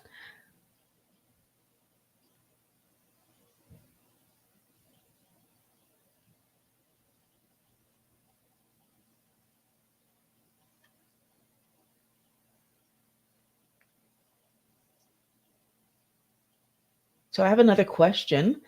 Do you buy? Oh, okay. Does that matter? Okay. Okay. I don't know why that says. Okay. How long does it take to reverse insulin resistance? I get so discouraged with the ongoing sugar cravings, and it's been and I've been carnivore 7 days. So I'm going to say the answer this way. And I don't I feel like every person, depending on their personal damage, is going to repair at the speed that they will repair. So that's the first thing. So how long does it take to get rid of cravings? Because that's a different question. So when I was keto, it took 2 weeks for me to realize that my cravings were gone. Like I was able to sit in front of a chocolate bar, no problem. And chocolate was my kryptonite. So no problem. At the same time, when I started eating cashews, my cravings came back. So it's about the sugar and it's about the insulin resistance. It's not about the thing we're eating. So that's the first thing I want to just say. The second thing is insulin resistance very likely could how do I say that? Like, I feel like when your body is completely healed, that would be when I would be comfortable to say, maybe my insulin resistance is gone. And the reason I say it like that is I've gone years of feeling amazing, of eating on plan, of whatever, and then thinking, oh, like the whole nuts thing. Oh, I can have some nuts, or oh, I could do this, and no, my body reacts. So I feel like, in my opinion, until I've completely rebuilt myself, there's a possibility that some part of my body will react, and I've just delayed myself again because like of course, whenever you damage something, there's inflammation, all the things are happening. So like I'd rather err on the side of being safe and focusing on repairing and good health than I would on like having fun with food. You have sugar cravings at the moment and you're carnivore for 7 days, and I would say keep moving forward. I'm sure that at some point those cravings are going to fall away because you're not eating the thing. If we eat the thing, our cravings are going to come back. So if you're carnivore, but then you let yourself have something, you're gonna have the cravings are just going to come back. There's also the psychological cravings that you will need to deal with. So there's that physical, like that happens, it's going to fall away. But what about the, oh, I remember what it's like to taste ice cream or cookies or whatever? That's not going to fall away as quickly. And so, one of the things you're going to want to be able to do is change the way that you're thinking about food. Going back to point number 3, we need to stop calling garbage food. It's not food. And if we stop calling garbage food, then we will do better because when we go to eat food, we would actually eat food, right? So I want us to change the way we're looking at these things. When I see cookies, when I see ice cream, when I see any of those things that I used to eat today, to me, if they smell good, it's like an air freshener. But beyond that, like to me, that's not something that will ever enter my body. Why? Today, I know it's not food. It's concoction that a food company created because it wanted to trap me into giving it more and more money, more and more money, more and more money for no reason. You don't deserve my money. My money's for my children. My money's for my family. My money's for me and my good health. We need to stop getting pulled into the story about these foods. They're not foods. These whatever we want to, these concoctions, right? That they fooled us into believing is food. So I'm going to say that I think that insulin resistance takes longer to solve than we think, but I haven't heard a doctor give a number on it. And I think it's because we really can't, because I think everybody's different. But just going from the fact that in our history, we built up to insulin resistance over how many years? Do I think I'm going to solve that in a few weeks or months? I don't think so. So for me, I still believe I'm insulin resistant. And that belief also helps me in another way. Because if I believe I'm insulin resistant, I'm much more careful with the sugars that I allow into myself. I'm much more careful even with things that are not sugar related, like drinking, like everything and anything matters, Wellness Warrior. So we need to be able to take good care of ourselves, right? We need to be able to put ourselves first. So K-Day, I'm going to encourage you. You decided to do carnivore, you're 7 days in, give yourself 90 days. If after 90 days, you still have cravings, I'm going to be shocked, like shocked. But you need to give yourself the full time, because you not only need to give your body a chance to let go of the craving, you need to give your mind a chance to see that, wow, meat tastes delicious, poultry tastes delicious, fish tastes delicious, eggs taste delicious. Like you need to give your mind a chance to catch up with what your body wants, right? That if I eat these healthy things and they taste good too, then I can go off and do fun things with my body. Because that's what you actually want to do. You want to have fun that lasts, right? And if you go do fun things with your body, that lasts. Because not only do you have the fun of doing the activity, you have the memories you're going to make. Maybe you take a few videos. Maybe you have excitement about doing it again. So all of those things help you when you're healthy, right? Because now your mind isn't focused on food. When we eat food for fun, what do we get? We get a taste that tastes fun. Okay. We get a hit in our mind that's okay, it's fun for a moment. Even our body feels good for a little bit. And then we get sadness because we know we just added weight to ourselves, and maybe we added more inflammation and pain and whatever. We get frustration because we're trying to lose weight and we're going against our own goal. We get sadness and annoyance and frustration and all the negatives for a moment of positive. Please, please, please put in the work today so that you can benefit tomorrow with better health. Like this is just what you need to do if you really want to help yourself.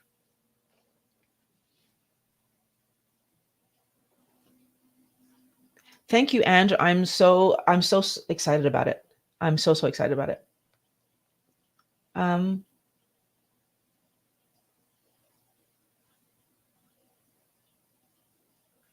let's see. I'm not sure if I understand that. Just soaked my keto treat. Oop, I wish I could stop. Still eating real sugar or carbs, but keto treat sneaks in. Still not eating real sugar or carbs. Oh, sorry. Okay, so you still okay. You just stopped them. I feel like you just stopped your sugar, your keto treats is what you meant to say.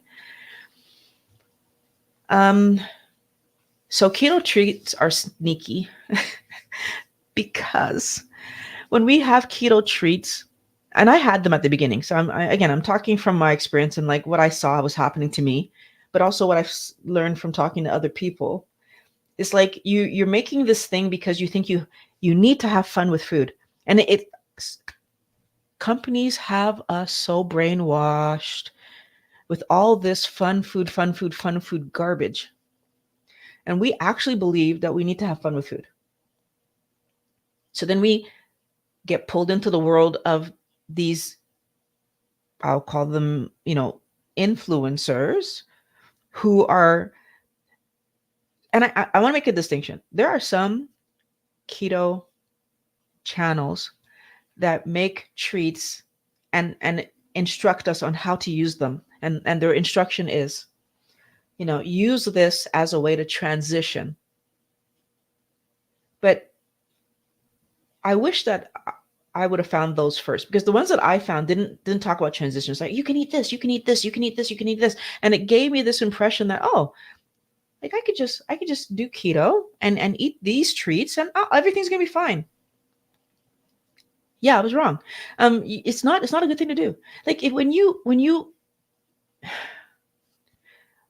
are eating these treats, at least in my case, talk about me. What I realized was that the treats never tasted as good as the original. First of all, I did try to make fat bombs. What was good about fat bombs is I had nothing to compare them to, so they tasted good enough. They weren't delicious. They weren't, oh my gosh, but they were good enough. But like, it's so frustrating to me because, first of all, when you will look in the comments on these channels, you have all these people saying how delicious this stuff tastes. For context, my dad's a chef. I know how to cook and I know how to bake, even though I hate cooking. I do know how to cook. I know how to bake. And baking was more my forte. I didn't like cooking as much as I like baking. So I know how to bake. And I know how to make things taste really good.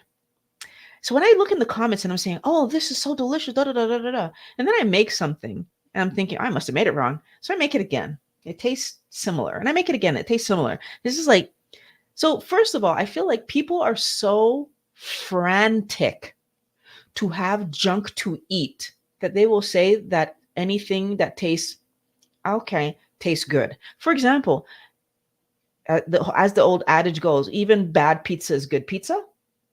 It's the same thing applies here. So that was the first disappointment that I had that helped me to be willing to let go of garbage and garbage keto treats. But the second thing was that the ones that did taste good, so for example, peanut butter cookies, because peanut butter cookies are peanut butter cookies. They just are what they are. And you're just using a little bit of a different sweetener. And so peanut butter cookies actually tasted good to me. And yeah, that was probably it. Peanut butter cookies tasted good to me. And so what ended up happening is that I realized that because they tasted good, like actually good, like real good, they tasted good. Like they tasted good enough that when I made them, the kids were eating them. And it's like, you guys have real stuff there and you're eating my stuff. Okay, fine. Whatever. They tasted that good. So what does that mean? Well, then now I'm back into my chasing story. So even though the carb count was low, if you eat too many of them, the carb count becomes high. And that's part of the problem that we live, is that we've been trained to not just eat, but to overeat. And because we've been trained to overeat, we do. And it causes problems, wellness warrior. So I want I want us to look at treats in a different way, because it's the same thing. Like, is that food? Is that nutrition for your body? And at some point, we need to stop seeing these treats as part of our meal plan. So going back to those channels that I found at first, we're making these treats to be part of our meal plan. Oh, this is easy to make and that's easy to make. You can make it in this many minutes. And it was part of so you could have a dessert every day and a different dessert every day. And look at all my desserts that I've created.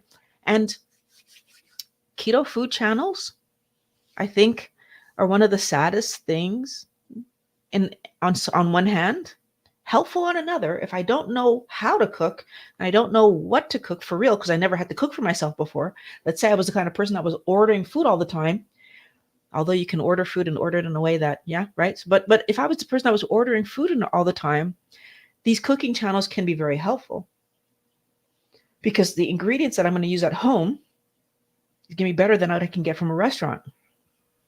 But for me, I already knew how to cook the food part. So I ended up watching these channels for the treats part. And I realized quickly enough that that was a bad idea. So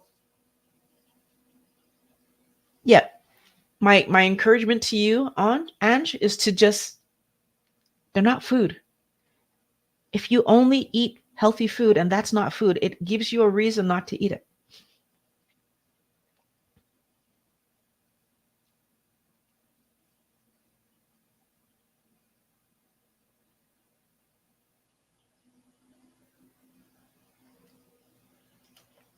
So Katie is asking, could the sugar cravings be needing more fat?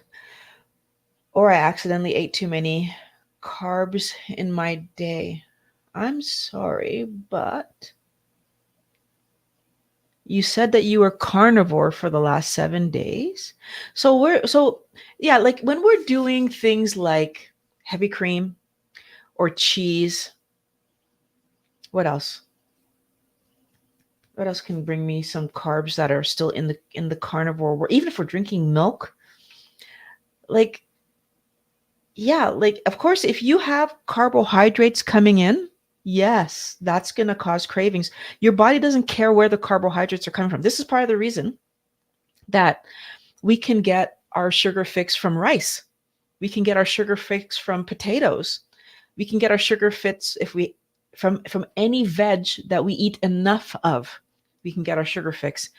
So part of the positive of going carnivore is minimizing the plants coming in for the carb count reason. It's also for other reasons, because, plants have other things in them. But then if I minimize my carb count from the plants, but I allow my carb count from the dairy, I'm trying to think if there's anything else, but from the dairy to still be high, you're still going to be in a problem, right? So anybody who's eating yogurt, anybody who's drinking milk, or like using a lot of heavy cream, you need to understand you are still pushing your insulin resistance. Those carbohydrates matter, right? So like, it's so important for us to stop trying to entertain ourselves with food. If you entertain yourselves with food, you get in trouble. This is why when I realized that my number was 18, I brought it down to 10, right? I took away the possibility that I would be entertaining myself with food. I had to say no to that because it wasn't logical, right? Trying to keep myself near 18 means I could go over, first of all, it means I'm still damaging my body if I go over. But how do I know I'm not damaging my body just a little slower, just under, right? So at that point, it's for you to recognize that the food that you're eating is for you to build your body. It's for you to fuel your body. It's for you to do good things for yourself, right? Let's do good things for yourself.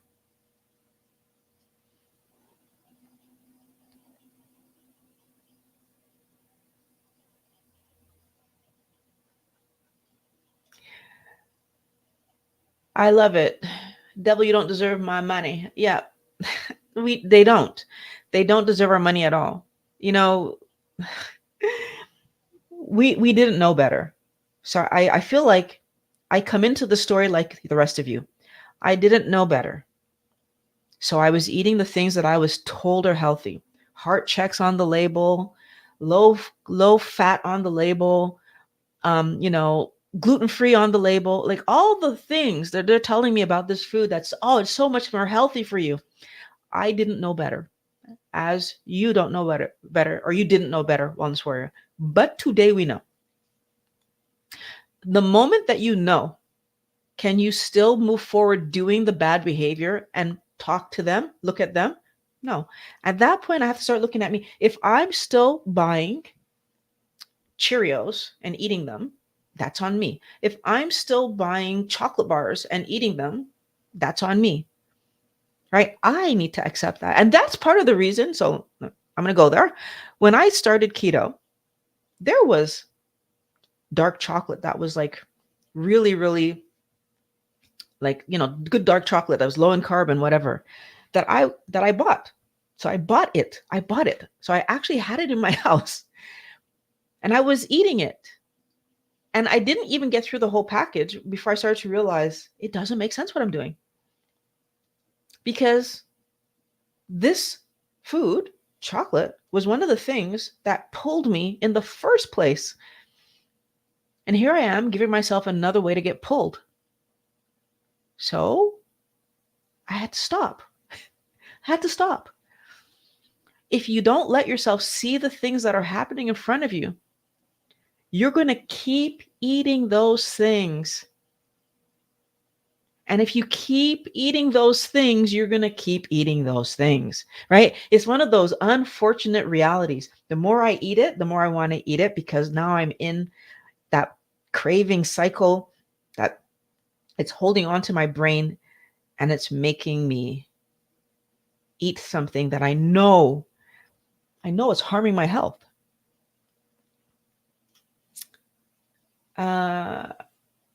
How made a video about preparing food for their dogs and cats in 2 weeks ago.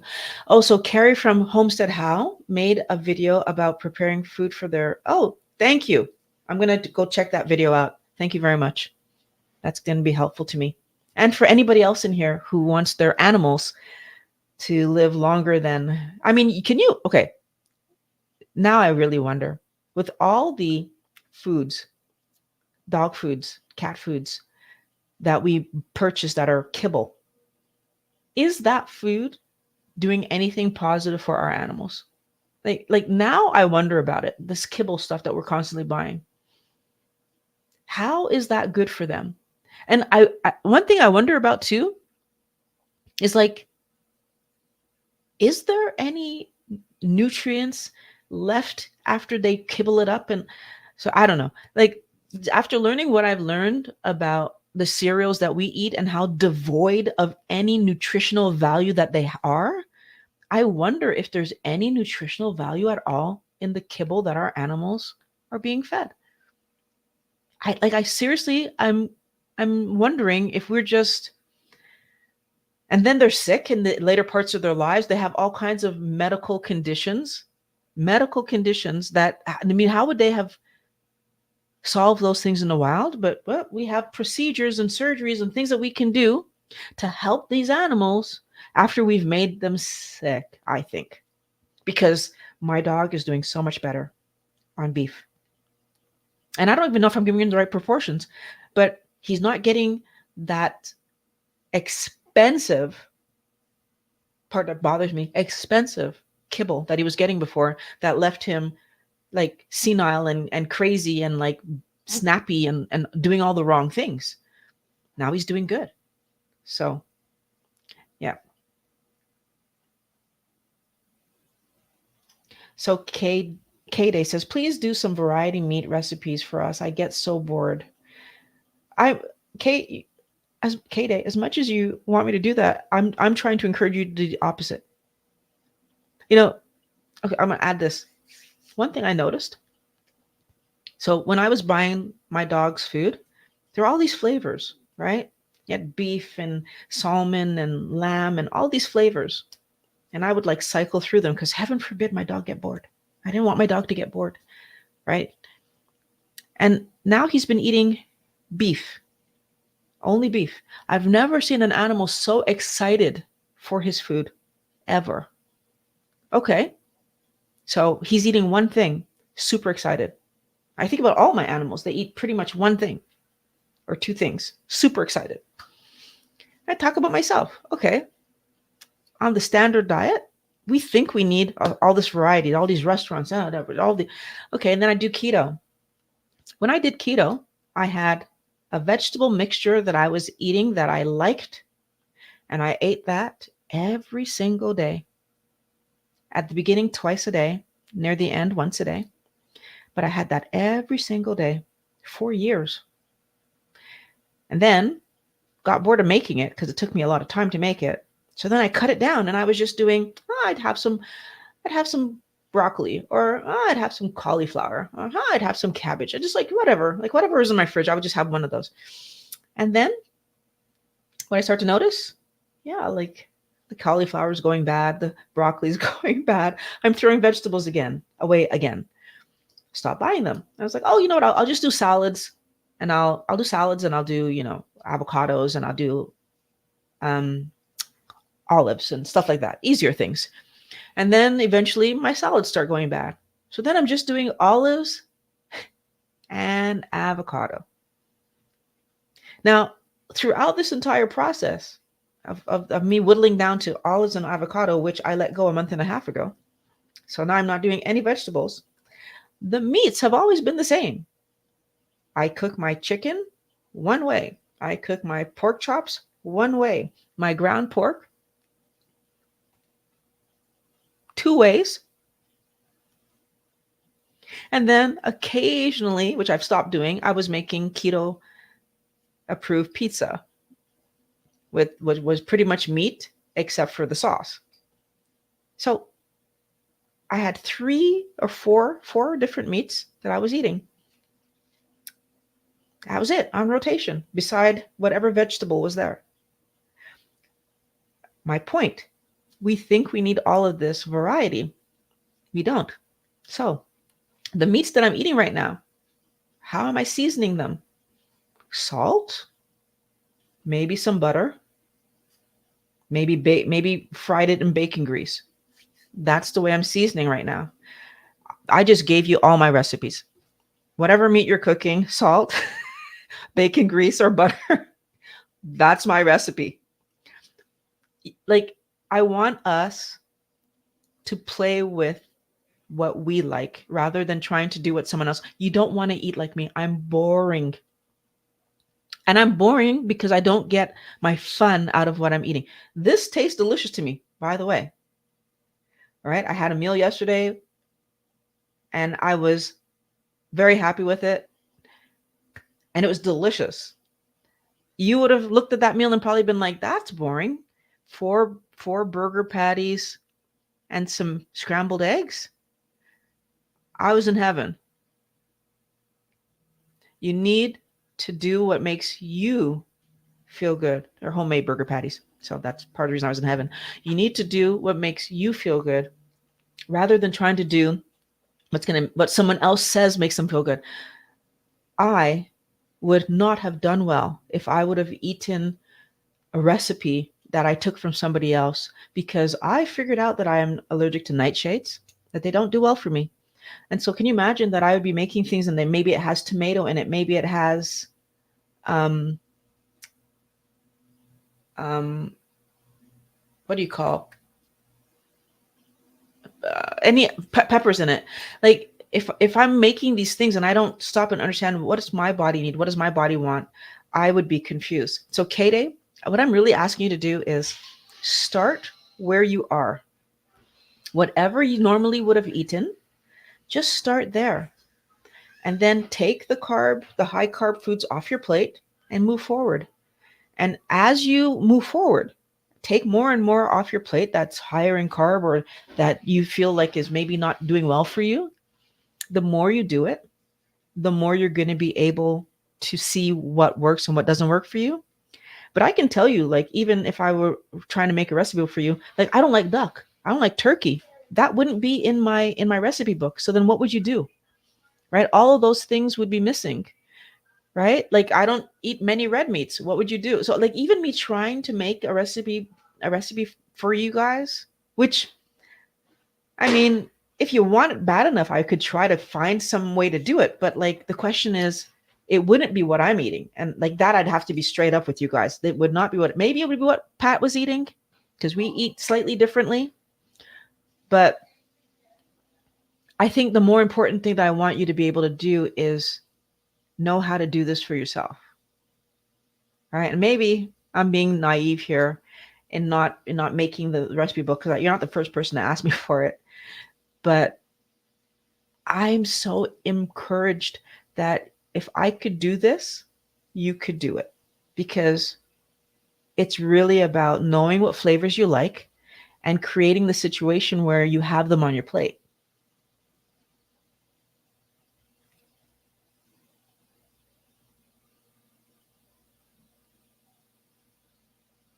Thank you, Anj, for that. I really do think we all need to understand that insulin resistance is a very, very serious condition that we all need to work really hard to solve, because it's impacting us every single moment of every single day if we have it.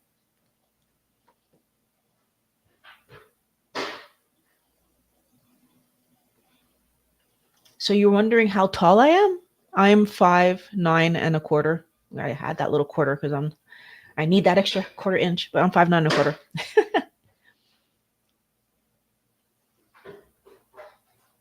I do agree with you, Carrie L, that they don't care about our pets. It's all about a money making scenario. There's this new thing called pet diet where I live, and yeah, they just it, but no, it's called vet diet. So the veterinarian created a diet. Why not just feed the animal what an animal's like? Tell us, you should buy these meats and these, whatever, and this is what this animal should eat. But no, they need to make another kibble version of what the animal, I don't know. None of it makes sense to me. And when you read the ingredients on vet diet, because I did look at that for my dog, and the ingredients on vet diet was worse than the ingredients on the food I was buying for my dog already. So I was like, that's clearly not the answer. Not the answer at all.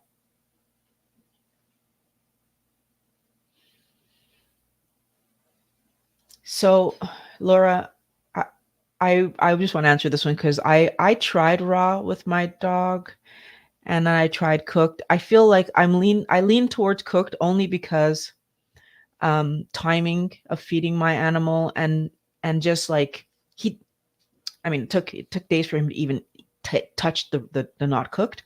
But then I was concerned about the quality of the raw that I was getting. I had so many concerns.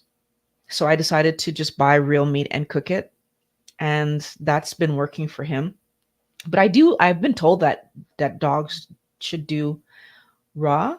Another thing that bothered me is that if there's certain meats that shouldn't be, so there's certain meats that we shouldn't, even humans shouldn't eat raw. And then I wasn't sure, can my dog eat it raw? But they were listed on the ingredients, and he was not doing well on the raw food. So, but I was, like I said, I was purchasing it. So he wasn't doing good on the raw food. And when I checked the ingredients, there were types of animal in there, like chicken, like pork, which you're not supposed to eat raw. So I decided to buy my own food, cook it, and see how he did. And he did better. So Laura says, I admit that I'm bored, but I try different cooking methods and a variety of cuts of meat. Yeah, I know people. There are some people that they just look for variety in their food. Part of it we've been taught. Part of it, like, I always encourage people, if you're looking for fun in your food, please back up a step and look at what are you doing during your day. Are you only working, taking care of your house, and are you not giving yourself any time where you're having fun? And most of the time when I ask people to step back and look at that, that's exactly what they realize, that they are working, working, working, working, just working, and they are not giving themselves any time to have fun. Therefore, they are not actually enjoying their life. And so therefore they're looking for that dopamine hit, that feel good, those feel good hormones that happen when we eat the wrong thing, right? When we eat garbage. And so that's where they're getting their fun from. And I'm just encouraging you, if you notice that happening, please step back, look at your world, and truly be honest with yourself. Am I enjoying my time? Am I having enough time not working where I get to enjoy my time? And then when I'm doing fun things, am I actually finding this fun? Right? I know a lot of people, they'll watch TV for fun, but they're bored of the shows and they're like, and so then if it's not fun, it's not fun, right? They'll go for walks, but they're walking in the same neighborhood over and over again, and they're not enjoying it anymore. And they're just and realizing that they're doing it for exercise, not for the fun.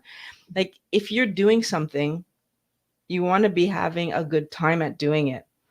And there are a lot of things that we do mechanically, like watch TV, like play video games, like scroll on our phone, but we're not actually having fun. Get fun with people, activities, right? Get out there, do stuff to have fun. Let your food be what it's meant to be.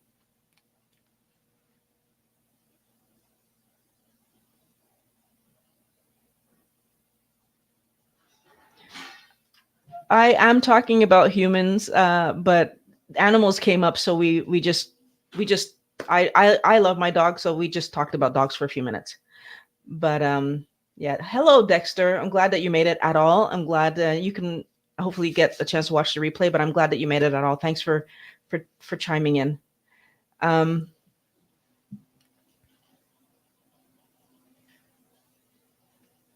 So ketogenic women, I believe that is a channel that talks about food. I mean, again, if you really don't have any idea about cooking and you need someone to show you how to cook, then for sure, check that out. So you feed your dog raw chicken? That sounds scary to me. Not going to go there. Your oldest dog is 11 years old. I feel that, I mean, lucky for you, like I would not feed my dog raw anything. My dog got a piece of pork that fell off the counter one time, and boy, was he not well at all. So yeah, and it was partially cooked. It kind of felt like it kind of fell and bounced off the counter, out of the pan onto the counter, and he grabbed it. He was not good. So, and that was like last year. So it was not long ago. So I would not do that. But I'm glad it works for your dog. So Wellness Warriors, it looks like we've come to the end of our questions. If you guys are still working on getting into keto, or you're trying to lose weight, I have a 6-step process. So a video that talks about the 6 steps that I did. And you can check that out if you want to get into keto and just lose weight and feel better and improve your health. Do the work right now. I can't wait to talk to you guys again next week.